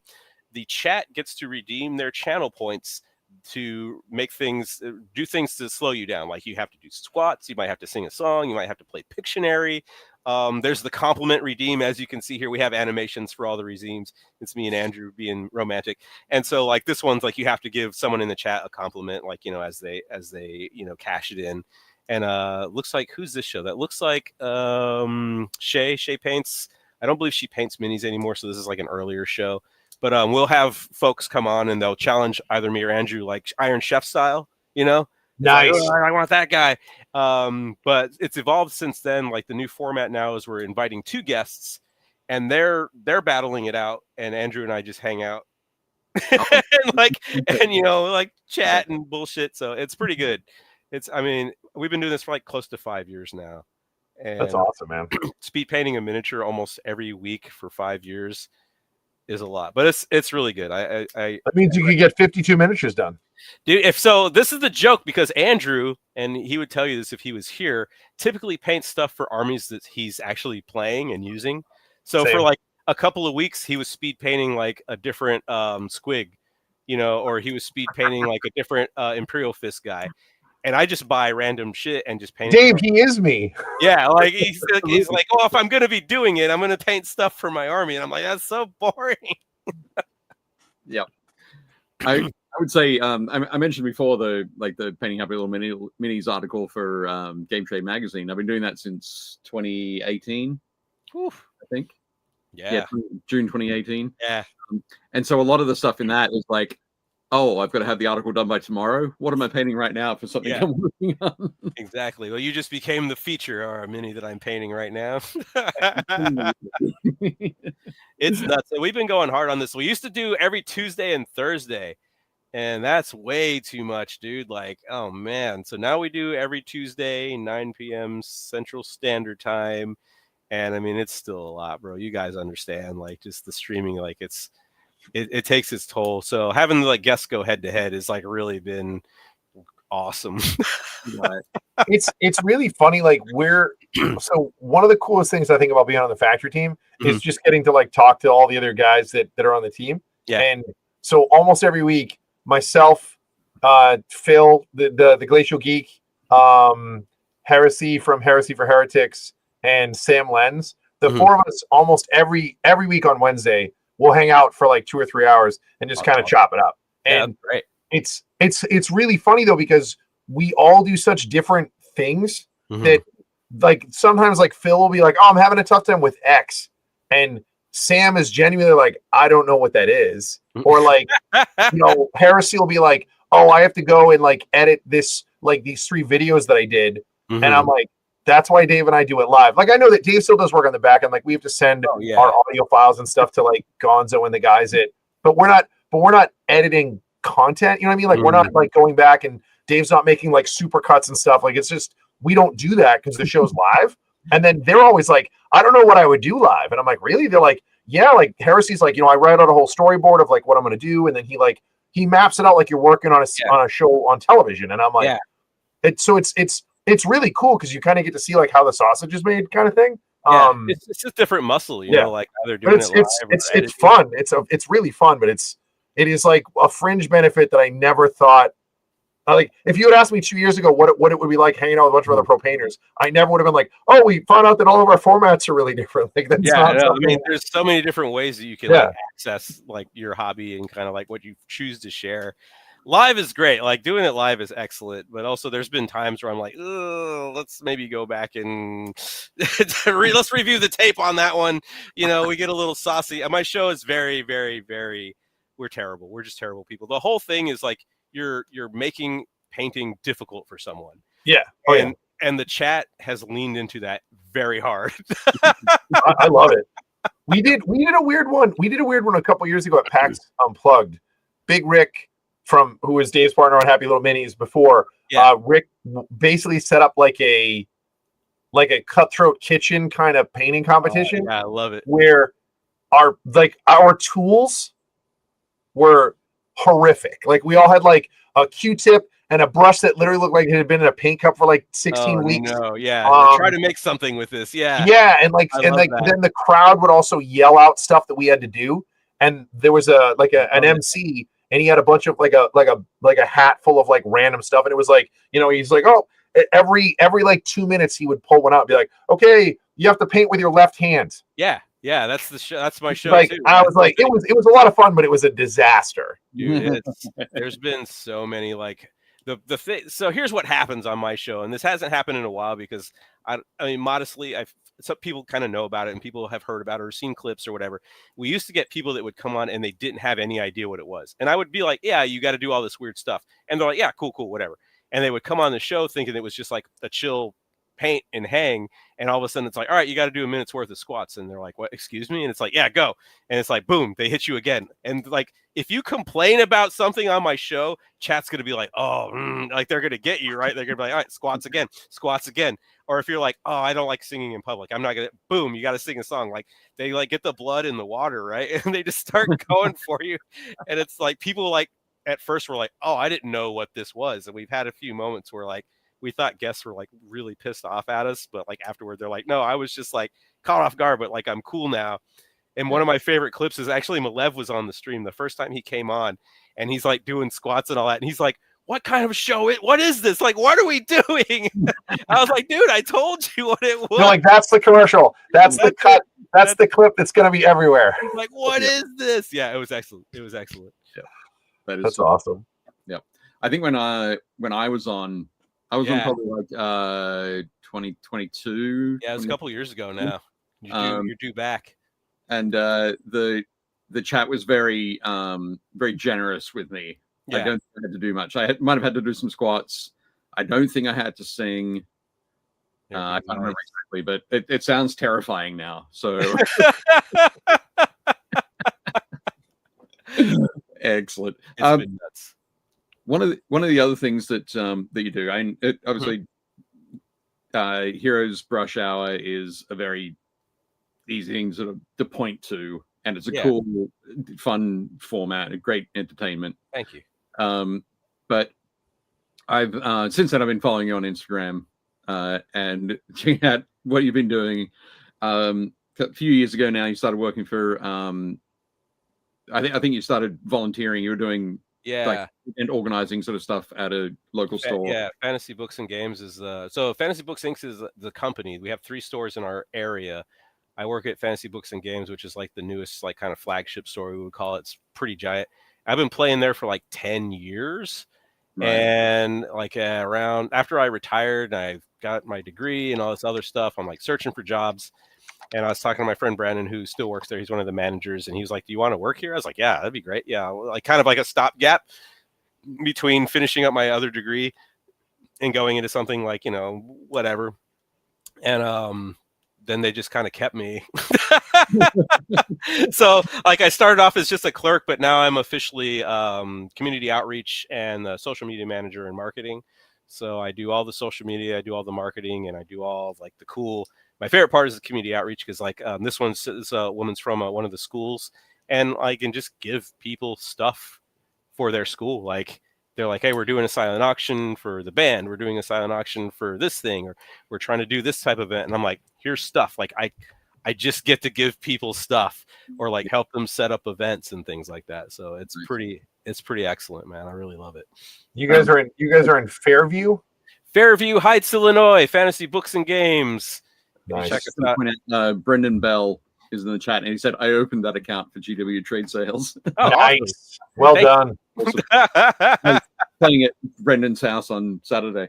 But yeah, fantastic. So we've got a whole bunch of photos from your time with Fantasy. Oh yeah, you can probably just fly through those, but it's just we do a lot of really cool events. We do this thing, it's like a bazaar, and basically like people bring in their stuff and then they price it, and then we put it out in our game room, which you can see the game room is pretty large. And whatever sells, they get a store credit. So like every year, we're just like going through all these random things that people we do something similar. We call it the flea market. Yeah. No, great. Yeah, excellent. Right. And it's just really cool because people turn around and they use their credit to buy even more cool stuff. And then we see that a year later in the next bazaar. It's great. So it just keeps coming back. But like that's my one of my coworkers, Abby. She's excellent. And her and I are very like focused in on making this event really good. So every year her and I basically like catalog everything and price everything and put it out. So yeah, cool. She's killer. She's my work daughter is what I call her. We do Free Comic Book Day. Free Comic Book Day is a national event that happens every year. And I dressed up like Vision because I thought it was really funny. And people were very confused and upset by it the whole time. I like how you were like, well, I got to be able to use my phone, so I'm going to cut off the fingertips of my thumb. I'm the social media guy. I got to be able hilarious. To use my phone. So many people didn't recognize me. But Free Comic Book Day is a great event. It happens every year, and literally we get a ton of comic books, and the community comes in, and they can all take a couple of free comic books. We sell our other stuff, and we have different events, and you're encouraged to wear a costume. I like how you went the shorts route. Dude, it's the most ridiculous costume I could find, and I was like, "That's it. That's the one." Did your wife paint your face red? She did, yeah. Actually, nice. It's funny because my wife's her former career, one of them is a makeup artist, so she has all the stuff. Like she knows what she's doing, and she's like, "Oh, your face is going to be red." She's like, "It's going to be crazy." I was like, "Let's fucking go." You know what I mean? Kang's pretty solid. How many days was it red for? Afterwards? It comes off pretty decently. I looked like I was sunburned for like maybe a day or two after that, but like I got dusky hues going on anyway, so it wasn't too bad. But he's all warm tones, Dave. I'm all warm tone. Yeah, I'm all warm tone. But it's a great event. Like this past year, I dressed up as Wolverine. Like I had the like a 1990s Wolverine, so I had like the whole mask and everything. Oh man, it was so funny, dude. Nice. Actually, there we go. Free comic book day. Yeah, Toys for Tots. I give comic books and books to like local libraries and things. Like there's like a good 4 or 5 libraries within like that area that I'll just go and be like, can I just give you books? And they're like, oh yeah, hell yeah. Like I give out free comic books to everybody. Like this woman came in and she was with like a hospital in the area for underserved like community, like East St. Louis side. And she was like, you know, is there comic books that like I can like get a deal on or whatever? I was like, let me just give you like some free comic books. And like these are for like kids and they, you know, they just want to read some cool comics and get some stuff. And it's like, yeah, let's do that. So yeah, I love giving away stuff. My boss doesn't like it, but I like it a lot. Nice. Toys for Tots, yeah, man. We do that every year. Like we got the boxes going and just like, you know, encouraging people to throw stuff in there. And I get to do so much cool stuff for the community, man. Like it really fills my bucket. You know what I'm saying? You know what drives me nuts about Toys for Tots? And this is a weird complaint. Oh, so we tried to donate to them last year and they're like, oh, it's too late. And I was like, what are you talking about? And they were like, oh, it has to be like, and I assumed, I was like, well, as long as I get it in like a couple of weeks before Christmas, we should be fine. Like I can just like, I'll drop it off. And they're like, oh no, it has to be by like it, for whatever reason, they were telling me it was like a very specific date. And because I was over it, I was like, okay, I guess I can't donate anything. It was just a weird. I was like, I wasn't expecting that. That's weird. Yeah, I can't speak to that. But I mean, I'm sure they have like a ton of people giving them stuff. So like just hopefully, volume, like we'd hope, right? The sheer volume of stuff that they probably have to manage after it's turned in. So that, I mean, I'm defending Toys for Tots, but yeah, it's kind of weird. Again, we wanted to do it. I was like, I've never had this happen before where they're like, it's too late. I was like, okay. I also do like I do a doubles tournament every year for onewarmcoat.org, and basically you collect coats and you give them to people that are, you know, homeless or like don't have like the means to like heat their homes and all these kind of things. And I do a doubles tourney where the price to play is just bring a new coat, and I get like these piles and piles of coats, man. It's like it's really cool, man. People come together. Yeah, it's really great. I'm just going to just quickly skip back to this photo. Josh said, how could they not recognize the vision? I'm going to go back and say, I think when Dan said people didn't recognize him, they didn't recognize him as Dan. Yeah, it's because I shaved, you know, and like then I had the red paint on, and one of my coworkers, Susie, was actually like, she was like, I don't like your face without hair on it. It's very upsetting. I'm like, wow. You're like, well, I'm an android. Fantastic. Books, learn to plays. I do learn to plays. Shatterpoint going on. I do learn to plays for everything, man. So I do learn to plays for Shatterpoint. I do learn to plays for Warhammer.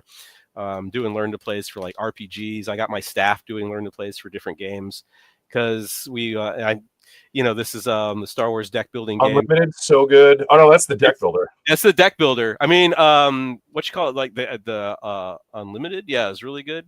Unlimited is the collectible card game. Yeah. So I actually demoed this game at Gen Con in like 2023, I think it was, and so I just was like a huge like, hey, you guys got to play this game. It's so good. You know what I mean? So I'm always trying to teach people a game. If it's quiet in the store or something's going on, I'm like, all right, we're gonna learn a game, you guys. Like we got to tell people about these games. So I'm always stoked to like teach people. That's my coworker Susie, and she's not a game player. She's a very prolific comic book artist, but yeah, it's like, come on, we're gonna play games, and everyone's like, I don't want to do that.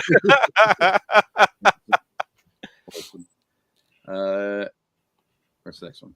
Oh yeah, hey, that's Fox. That's Fox. That's in the chat, and I taught her how to play 40K during one of my 40K learn to plays. So it was really cool. Her and one of my other buddies showed up.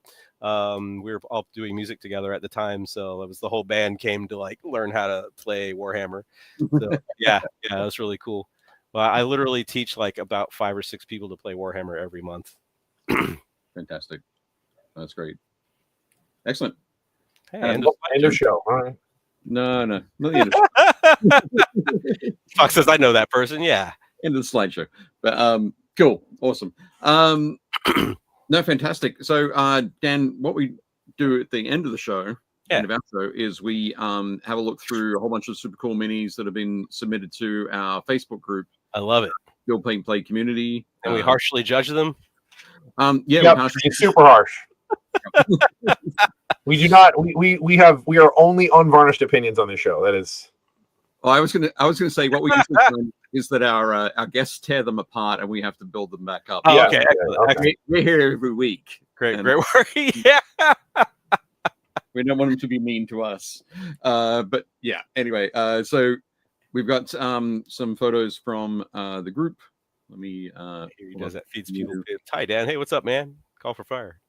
I do. Oh, awesome. There we go. Homie. I mentioned you earlier, Aaron. Cool. Yeah. There we go. What are we looking at here? Waiting for Adam's back at it. Oh man, that's okay. I can't even be mad at that. Like, it's beautiful. I love the pink. The pink on the vulture head is awesome. Yeah. Yep. It pops, man. And you work at a game store. Also, like people are always coming in and they're like, "How do I paint XYZ?" or "How do I paint this thing? How do I paint that thing?" or "Why does this look bad?" And they bring their mini in and you look at it, and like I have to, color theory is so huge. And I do the 60-30-10, 60% of one main color, 30% of a good contrast color, and then like a pop, 10% of a pop color. And this pink vulture is a poppiest pop color, and it's fantastic. Yeah, it's really good. I saw what do you call it? I saw a buzzard today on my way into work. Yeah, like literally in the road. I was like, "What the hell?" Like it was a turkey vulture. That's a bad omen, bro. I mean, I'm fine with it. It was a dead squirrel. It's his bad omen. He's already dead. The news is already there. My favorite thing about this mini is that like it has a very like velvety finish to it. Like the flag looks soft. Like the fabric looks soft, and I like that. Yeah, Adam's been doing a great job with his textures. But one of the things I loved about it is everything is warm, and then you've got the green. Mm-hmm. Is that pop? But the pink and maybe it's the cartoony kind of look of the buzzard that grabs attention as well. But so yeah, awesome. There's a little bit of a fight between that face of that goblin and that. He has so many really subtle volumes too, like on the skulls and on like the red and like the furs and stuff. Like he's so good at like building up edges and different volumes of stuff. It's awesome. It's a good one. Beautiful work. Yeah. Good work, Adam. Nice one. Next up, Brendan Bell. We mentioned he said he was very busy this week, so I just managed to get this one trench pilgrim painted. That guy needs some sunscreen. Look at his legs. I know. Is that his legs or is that? Oh, that's his toesies. He's got little toesies out. Yep. Don't show those for free, man. You can't do that. That's gonna be behind the paywall. You just gotta blur out the bottom. That's right. We gotta blur it out. Trench Crusade's hot right now, man. Everyone's trying to get in on the Trench Crusade. I haven't played it. It sounds like you're into it, Dave. Yeah, big time. Pretty hot. Is it good? It is good. And I think based on a lot of the stuff they talked about at Nova, like the Trench Crusade team presented at Nova, I think they're going to hit like 2026 is when they're going to be able to like get into stores with products and open it up a lot more. Okay. Oh, nice. See, that's one of the things as a retailer, it's kind of tough to support a game where it's like 3D print, unless I got guys that are like, I'll 3D print all your stuff. And I'm like, everybody says that. And then like 2 weeks in, like you don't get your stuff. And it's like, come on, man. So yeah, that'd be great if they had minis like this, it'll go like hotcakes, bro. Yep. Absolutely. That's what we're all waiting for. Mm-hmm. Do it, guys. I'll buy your little toesy men with their toes out. There's a Trench Foot Crusade. The Trench Foot Crusade. Ooh, sign me up. So yeah, Brendan did a really good job on this guy. Looks great. Yeah, I love the bright colors on him. It's like a nice contrast between sort of the overall like grimmer dark look of the characters. So yeah, I like that. Absolutely. Caitlin's been doing some more work on her Cathay. Caitlin's killing it. This model is so good. It's gorgeous. Yeah, absolutely fantastic. Cathay is really cool, man. Like when they first came out, I was like, oh, okay, I'll get back into Age of Sigmar for that. No, old world. Yep. There is no Cathay. You could probably translate across into being like a Cities of Sigmar Yeah, everything except for the dragon. I was thinking, you remember back in the day when you could kit bash really easy because like las guns and stuff were just on an arm, and it was like, oh, what if I did like a Cathay Imperial Guard situation, but like it would just take more work now. Yeah, it's going to be a lot of work, but it's going to look cool. It would. Absolutely. But Caitlin's doing a beautiful job here. I love the black on the scales. Yeah, the black, like it makes them look super lustrous and deep. Like there's so much like depth to that purple now. Yeah. I dig it. Beautiful work, Caitlin. Loving it. Cal's been painting up some more scenery. Blood. Yeah. Cal does a lot of scenery. A lot of scenery. Yeah, this is a great vampire sarcophagus. Very cool. Yeah, good scenery elevate the whole game, man. Like I don't have time to do something as cool as this. It's just like, here's a little dry brush and whatever go. I got like 20 more buildings I got to do. So yeah, this is excellent. Absolutely. But yeah, it looks super cool. And Cal has also painted up a little treasure pile. Yeah. With some haunted Scooby skulls. Yeah, don't disturb the skulls. Nope. You take stuff from around the edges, but not the skulls. Don't do it. Don't eat cereal out of the There skull. we go. Cal's in the chat there. Yeah. It's a trick. Get an axe. Bill. Next up, Chris Gold. Chris is killing it as always. I like it. Yep. So Chris is very much a 60-30-10 that pop of color. But yeah, Chris painted up a bunch of these mega knobs. There are plenty more in his post in the Facebook group. Go and check it out. There's a link down below. Just click join group, and somebody will let you in. I like those little base cactuses he's got on the back. The blue, that blue cactus. Those are cool. It's pretty that's a 3D print from Epic Basing, I suspect. Got that space agave on there. Yeah, I love how he did the cartoon version of the burn damage on the flamer. Yep. The heat damage. Yeah, looking very cool. Heat distress. Yeah, beautiful work there, Chris. Nice, He's Chris. Cool. He's very Christmassy. Yep. It's hard not to be with a green skinned fellow and red armor. Yep. It's when you go for that like a saturated green and a saturated red. Yeah, like you gotta split between you gotta do one of them desaturated and one of them saturated. But yeah. He says thank you and yes, epic basing. He should be this Megadov should be faster than normal. Oh, he is. Yeah. Definitely. Doesn't look it, but he will be. I mean, he thinks he is. It's that red paint job. Yep. That's right. Exactly. Were my magic legs. There we go. If there's space agave, I want some space tequila. Done. This one doesn't even know it's there. It's behind him. And just said he just noticed the skull balls. Yeah, skull balls is excellent. Yep. We'll move right along. Chris Jones. I think Chris classic Land Raider.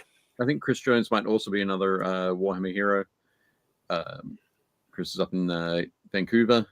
But yeah, this is his putting together the Ares kit and kit bashing it with the basically kit bashing an Ares kit. The Vanquisher cannon or whatever. Or no, the Demolisher cannon, right? Yeah. We showed the Dozer blade that he did last week. I think it's awesome. Yep. Looking great, Chris. I like it. Next up, Dave Hummel, who is definitely in the chat. Dave.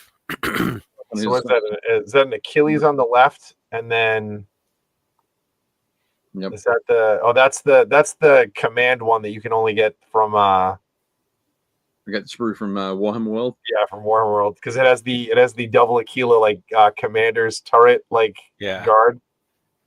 In the back there, yep. So no one shoots you in the back. Yep. And there we go. We got them from the side. So cool. Very cool. I think the Raptors door set from Forge World. Yeah, and there's the 40K laser battery up the top left, the one that has 3 twin link glass cannons and then 2 more last cannons on it. Yeah. It's got all the last cannons. Oops, all last cannons. When that thing fires, the lights dim. That thing is insane. More last cannons, the better. Yep. But looking good, Dave. Nice work. Next up, Dave Powell's. Ooh, yeah. So I mentioned Mark Rayleigh. Love These are all sculpted by Mark Rayleigh. Mark started sculpting in May. He's been using an iPad and Nomad, I think, is the. These look like the original Orc Boys, like the ones that came out that you were supposed to run against the RTV01 box. Yeah, yeah, dude, I have a bunch of those still. Like my dad So gave them to me last time. It was years ago when I visited, and he was like, "Hey, do you want these?" I'm like, yeah." These guys are great, man. I love like a monochromatic scheme like this, though, like that, like a Blood Axe feel going on. Yep. Dave's painting these up for a battle at the farm. He's doing I think he's running it first up at Dragonfall in Wisconsin in a couple of weeks, and but he's going to be running this at Decepticon as well. You think if I show up with my cutout tokens from the Rogue Trader rulebook, I could play? I think so. Yeah. And if you want, we'll have to talk afterwards. Jeff Smith and I are trying to put together an old school Rogue Trader tournament at Adepticon. Oh, yeah. Sign me up, bro. Yeah. Keep me in mind. Excellent. But yeah. Oh, there we go. Mike Maxis says Dragonfall's October 3rd. So nice. Cool. But yeah, looking fantastic, Dave. I love the so smooth. The blue lips that Dave's popped on there. Yep. Looking Those good. blends are super smooth. Creamy. Yeah. Indeed. Beautiful work, Dave. Next up. So I mentioned that I painted up. I finished off the 16 Sacred Crostolera models I was working on. Hey. Nice. So these are all sculpted by Patrick Keith, who was in the chat. Sculpt Dude, Bombshell Minis. If you go to Bombshell Miniatures on My Mini Factory, you can get STLs for these. The bloody nuns up front with like the mummy wraps, those are awesome. Yeah. Yep. Dude, like the colors you have here, man, like these, they're like luminous. Like everything just appears to be like just glowing to me. It's very good. Originally, I was thinking like their robes in like a linen kind of look as well. Yeah. And it was like, nah, that's kind of, that feels a bit too obvious. And then my next choice was going to be red. And it was like, it feels a little bit too... Yeah, too on the nose. Just as of Sigma from Mordheim. So went for the sort of the turquoise kind of. I love it. That color pops so hard, bro. Yeah. So nice. At the moment, Pete, I haven't decided which, if they will be used as a of the trench pilgrims or just sort of straight up trench pilgrims. There's even some feet back there. You see that? Yeah. You got to pay extra if you want to see the whole foot, though. Absolutely. You just get the one. First one's free. Just a taste. Pete Heston, it said Sacred Affliction there. There's a subfaction called the Procession of the Sacred Affliction or something like that. But there's an image, like a piece of art that somebody's done, which has, it's like all the pilgrims marching off to the front, but they all have gas masks that have the same sort of color. This kind of sickly yellow. So I'm thinking of just taking this head and putting it on the regular trench pilgrim bodies and doing the Sacred Affliction that way. But anyway, I mentioned my warband that I'm painting up for 7TV. Game of 7TV. So this is the Nostromo crew. Nice. Oh, right. From Black Site Studios. So there's Dallas. So the star is, of course, Ripley. Star is Dallas. Yeah. Running Ash. A mercenary. With his rolled up book. Right. Jamming on somebody. That's so weird in that way. You're like, what is going on? Like, it's so upsetting. Yeah. Then I got Lambert here. And Parker and Brett. But Jonesy. And Jonesy. Jonesy, of course. Yeah. But they're all prime, the real hero of the movie. Yeah. They're all prime dark blue from the back and just a hit of like brain matter beige from the front. So I'm just going through, got to mess around with how much of the light kind of hits. Yeah. But having a lot of fun with it. Looks really cool. Nice. And then I mentioned I played 3 Trench Crusade games over the weekend. On Saturday, actually, the first 3 games of our campaign. That Trench Pilgrim you saw that Brendan had painted earlier. So that's nice. In the mix. Yep. Being played here by Mike Woodward. Mike beat me in this first game.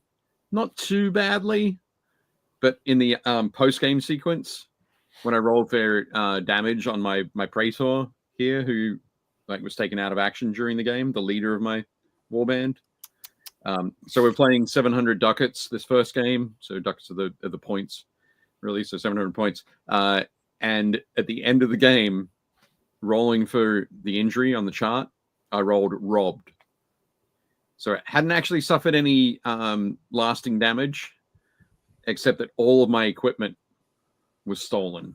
Dave, we can get you some new dice, man. Like literally robbed. Literally robbed. So it was like 140 ducats worth of stuff. Imagine you go into battle and someone steals your wallet. Like, war already sucks. Knocks you down, you're all groggy, and then they just rip all your stuff off you. Your wallet's gone, your watch is missing, somebody took your lunch. Where's my shoes? Yeah, like, oh my God.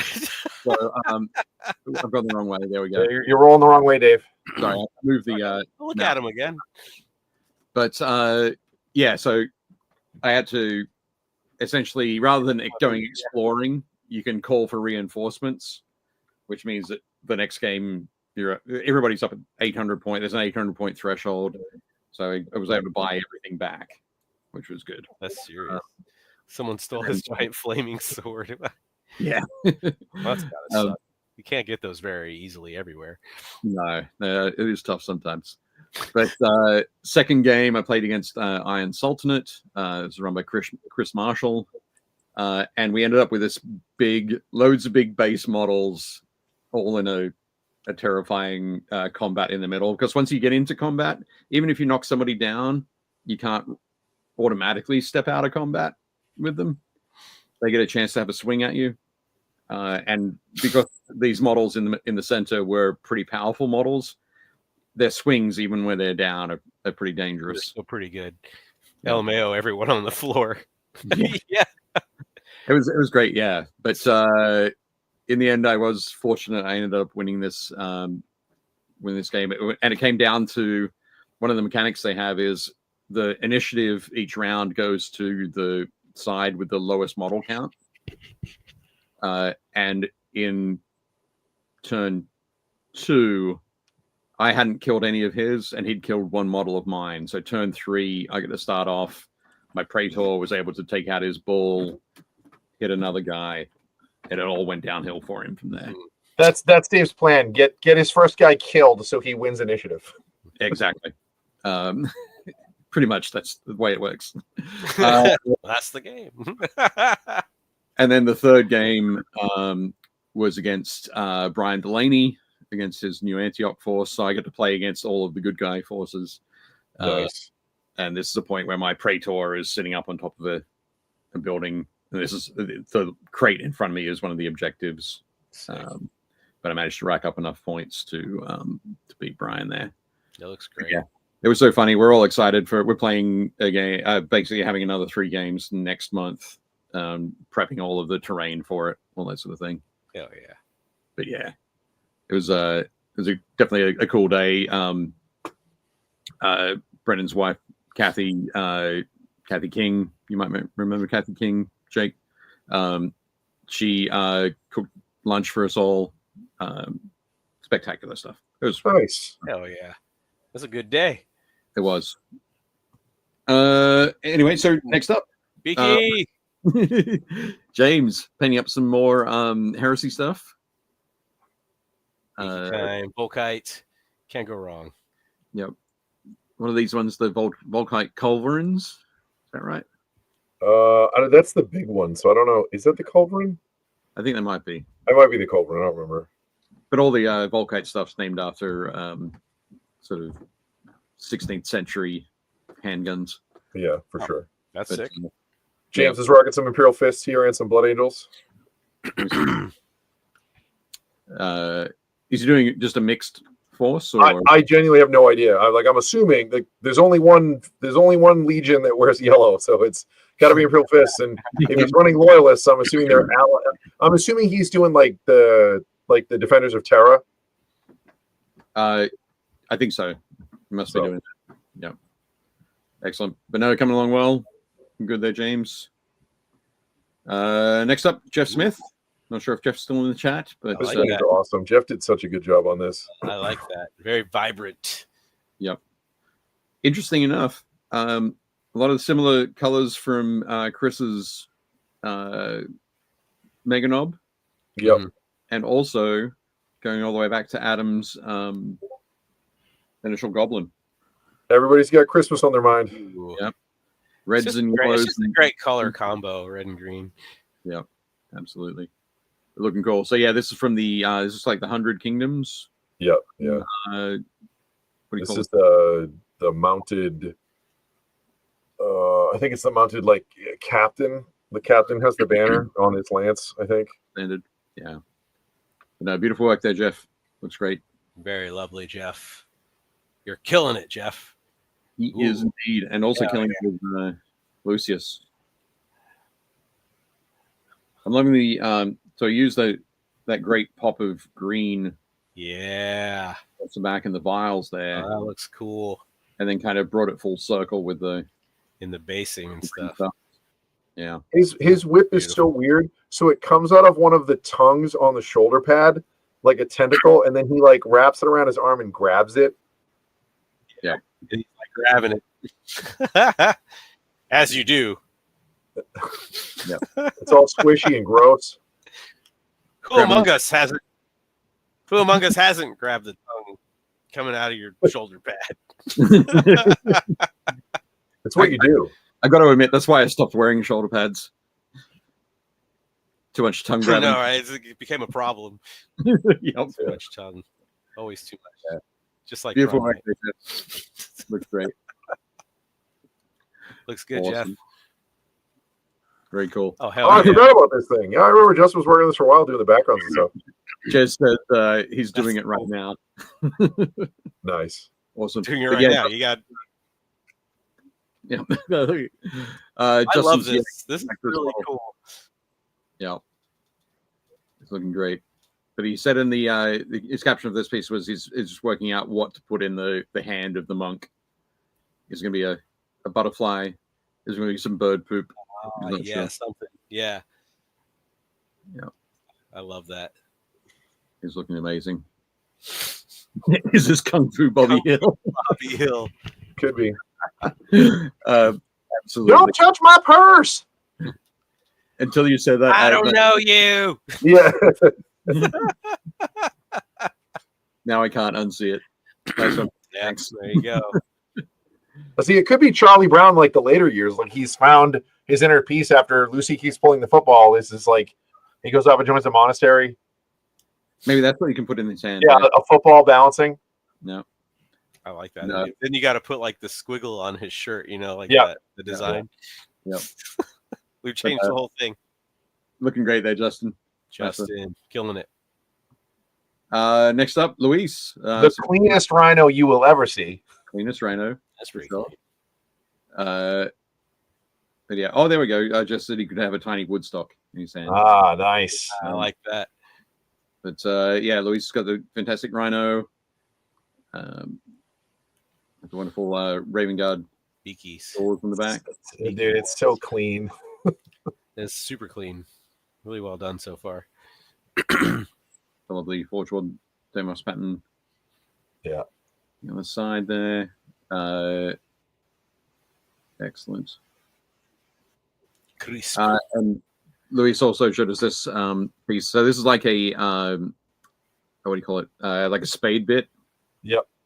So we can drill out some nice fine holes for it. You can see the little magnet that he's inset flush. And you can see how small it is compared to the rivets. Yeah, it's nice and flush too. Yep. Yeah, looking really good. Nice one, Luis. Very cool. Thanks for sharing.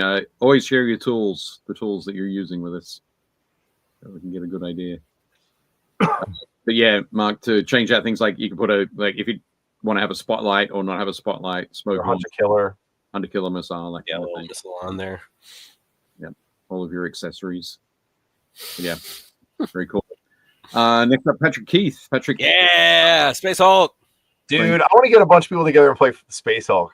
I love Space Hulk, man. Oh, I want to play Space Hulk. I've got the classic one with the original terrible miniatures.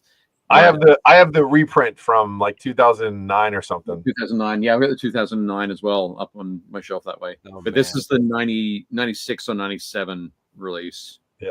Of it. So it's got the flashier cardboard tiles. God, those cardboard tiles are so thick. They're thick, boy. Terminators on 25 mil bases. Hell yeah. Yeah. the same gene sealers that were like around forever. Dude, Yep. I have so many of those still. Like, oh, so good. Everybody does. They put them in everything. They're Yep. multiplying, I think. Somehow. They do. They like absolutely. Oh man, I love that. I love Space Hulk so hard. Hats off, Yep. Patrick. Yeah, looking good. Oh yeah, it's the first ed and fourth ed. So very cool. Nice one.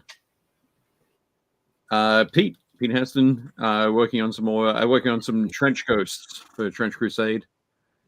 Ghosts. Nice. Those are cool. I did have a little story. If Pete's still in the chat, but I think so. They're about to run later this year. They're about to run the first major tournament for Trench Crusade over in Belgium, but they've been working on some plans and a tournament pack or a tournament setting. So rather than just opening up this tournament to folks who are who want to come and play, they're hoping to get tournament organizers to come and play at it, so that everybody can go through and provide their feedback live, essentially, and be able to hash out that tournament approach much quicker. But I think Pete might actually be heading over for it. Yeah, according to the chat, yes, he is. Yep, excellent, very cool. Yeah. Going Again, I mentioned that I sit 10 feet away from Mark Rayleigh, and the other day Mark was like, "God damn it, Pete's going to Belgium." So very cool. But yeah, fun stuff. Looking very cool there, Pete. Nice one. And is this photo taken on a board, or is this in your backyard? It looks like it's like in on the ground somewhere, and that's sick. It does, doesn't it? Yeah, the that moss is awesome.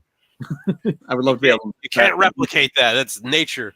Yeah, I'd love to be able to move that to a table. Excellent. A fan of moss and lichens. Bring it to me. Yeah, fantastic. It's a rock I have in the backyard. Sick. Yeah, Good rock. great. Rock on. Next, excellent. And then I think finally we've got Stephen Ryder, who haven't been seen in the chat tonight. Hopefully he'll be dropping by a little bit later, catch the rerun. But yeah, painting these awesome Cyclops. Very cool. Yeah. That's like a classic D&D style mini paint. Yeah. Yep. Yeah. I do- That's kind of Steven's whole jam. Yeah. Good old school vibe to it. I like that. Yeah. I love that he's pushed a little bit of purple into some of the shadows as well, though, which is really cool. Yeah. But yeah, looking neat. I like a mushroom and a stalagmite. Which one comes from the ground? Stalagmite or stalactite? Stalagmite. I like the stalagmite. Might grow up, tights come down. All right, it might go up. Remember. But yeah, looking really good, Steven. Nice one. I think that's the last one we've got for this week. Sexy Cyclops action. As we said, there says very Harryhausen. Yeah, for sure. Ray Harryhausen kind of look. I'm pretty sure Sinbad kills one of these. Quite possibly. But yeah, looking great. Thank you everybody for sharing all of your minis in our Facebook group, Build Paint Play Community. Go down, link in the notes to check it out. Next week we will be chatting with Bree, who's a friend of Jake's, and Bree was helping out, basically helping run KarmaCon. Yep, KarmaCon. So yeah, it's I love in this photo. It looks like she's visiting us from the Army Painter Factory team. But yeah, so it's a lot of for folks with sensory issues. So there's a lot of folks who want to go to shows and stuff, but they get overwhelmed by the sound or the noise or the lights, or they could be on the spectrum and they have issues with crowds. A whole plethora of different issues. But so they do a show called KarmaCon, and our buddy Phil covered for me a couple weeks ago because they asked me to go and I said yes, and then it ended up being the same weekend as another show I was supposed to be doing, so I couldn't go. But it was a lot smaller. So the whole, like, I was jokingly, I was calling it like an ASMR con. So it's all like, hey guys, we're gonna be painting some minis here. So you're like, so it's just great. Like there's none of the sort of the background roar you normally hear at a show. There's like a quiet susurrus of people quietly talking. It's like if a con was in a library. Yeah. So it's much more chill and much more sedate. And then I know that her and her boss or the owner of KarmaCon have been working with different shows to have I don't know what you call them, like sensory rooms where people can kind of go and like decompress and kind of have some wait time. I know that Hank and Adepticon's been doing it. I know that they're doing it at, I think, New York Comic Con. They're doing it at a couple other shows. And then they're kind of growing it, so they'll be at different shows. But she'll be on to talk about all that stuff and kind of like their, what they're trying to do and their mission and everything. So. And Bree was running the sensory room at Granite State Comic Con. Yep. This past weekend that you're at. Yes, she was. Yep, definitely cool. We're excited to chat with her about that. Extra points for using the word susurrus in a sentence. Oh, no problem. Killed it. Sitting on that one for a while. I was like, I'm gonna bust out susurrus tonight, you guys. It's gonna be I have a couple friends who are always like, dude, you throw out all these like crazy words. I was like, I read a lot, man. I don't know what you want from me. Yeah, excellent. Love it. Hats off. I didn't even realize I used that word. Awesome. Well, listen, everybody in the chat, like, thank you guys so much for being here. Don't forget to use the links below. You can check out Dan on his show. You can see all that good stuff. Give them a follow. There's also in the show notes, there's also our code again if you want to buy stuff from Army Painter Direct. The markers are coming out. The markers are out this week. Like, we just got our batch in today. They were supposed to be on Friday. They got delayed. I can't talk enough good things about the markers, dude. Yeah, they're so cool.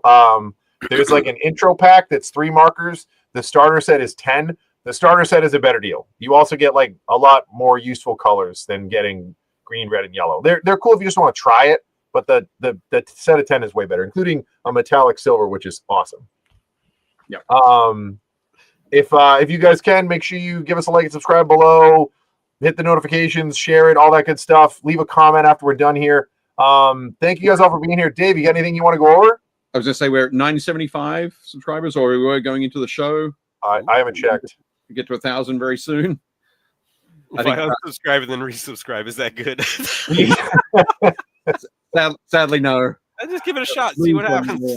John, you'd be better off making a secondary account and subscribing there. There you go. Make a couple. Or another 25 accounts and subscribe. Yeah. If you want to do it, just make a whole army of John Palermo accounts, and then just you can be our last 25 subscriptions that push us over. There you go. Hit that 1K. That's right. Yeah, baby. Thank you very much for joining us, Dan. It was great. Thanks for having me, guys. To sort of run through and see all the cool things that you've done throughout your life, and just the way that you're so passionate and excited about promoting gaming and having fun and excitement and that kind of thing. So we all appreciate it. Like I tell people all the time, it's such a small community. Whenever I go to shows, people are always like, how do you know all these people? I was like, through the hobby. It's like, because we've all, a lot of us now. Yeah, I mean, they're everywhere. So yeah, absolutely. Hell yeah. Thanks for having me on, guys. It's been a ton of fun. No problem. Hang out for a minute because we'll sign off and talk afterwards. But everybody else, thank you guys for being here. We will see you next week with Bree. Until then, stay safe, work on your models, and as always, do not forget to build, paint, play. Yeah.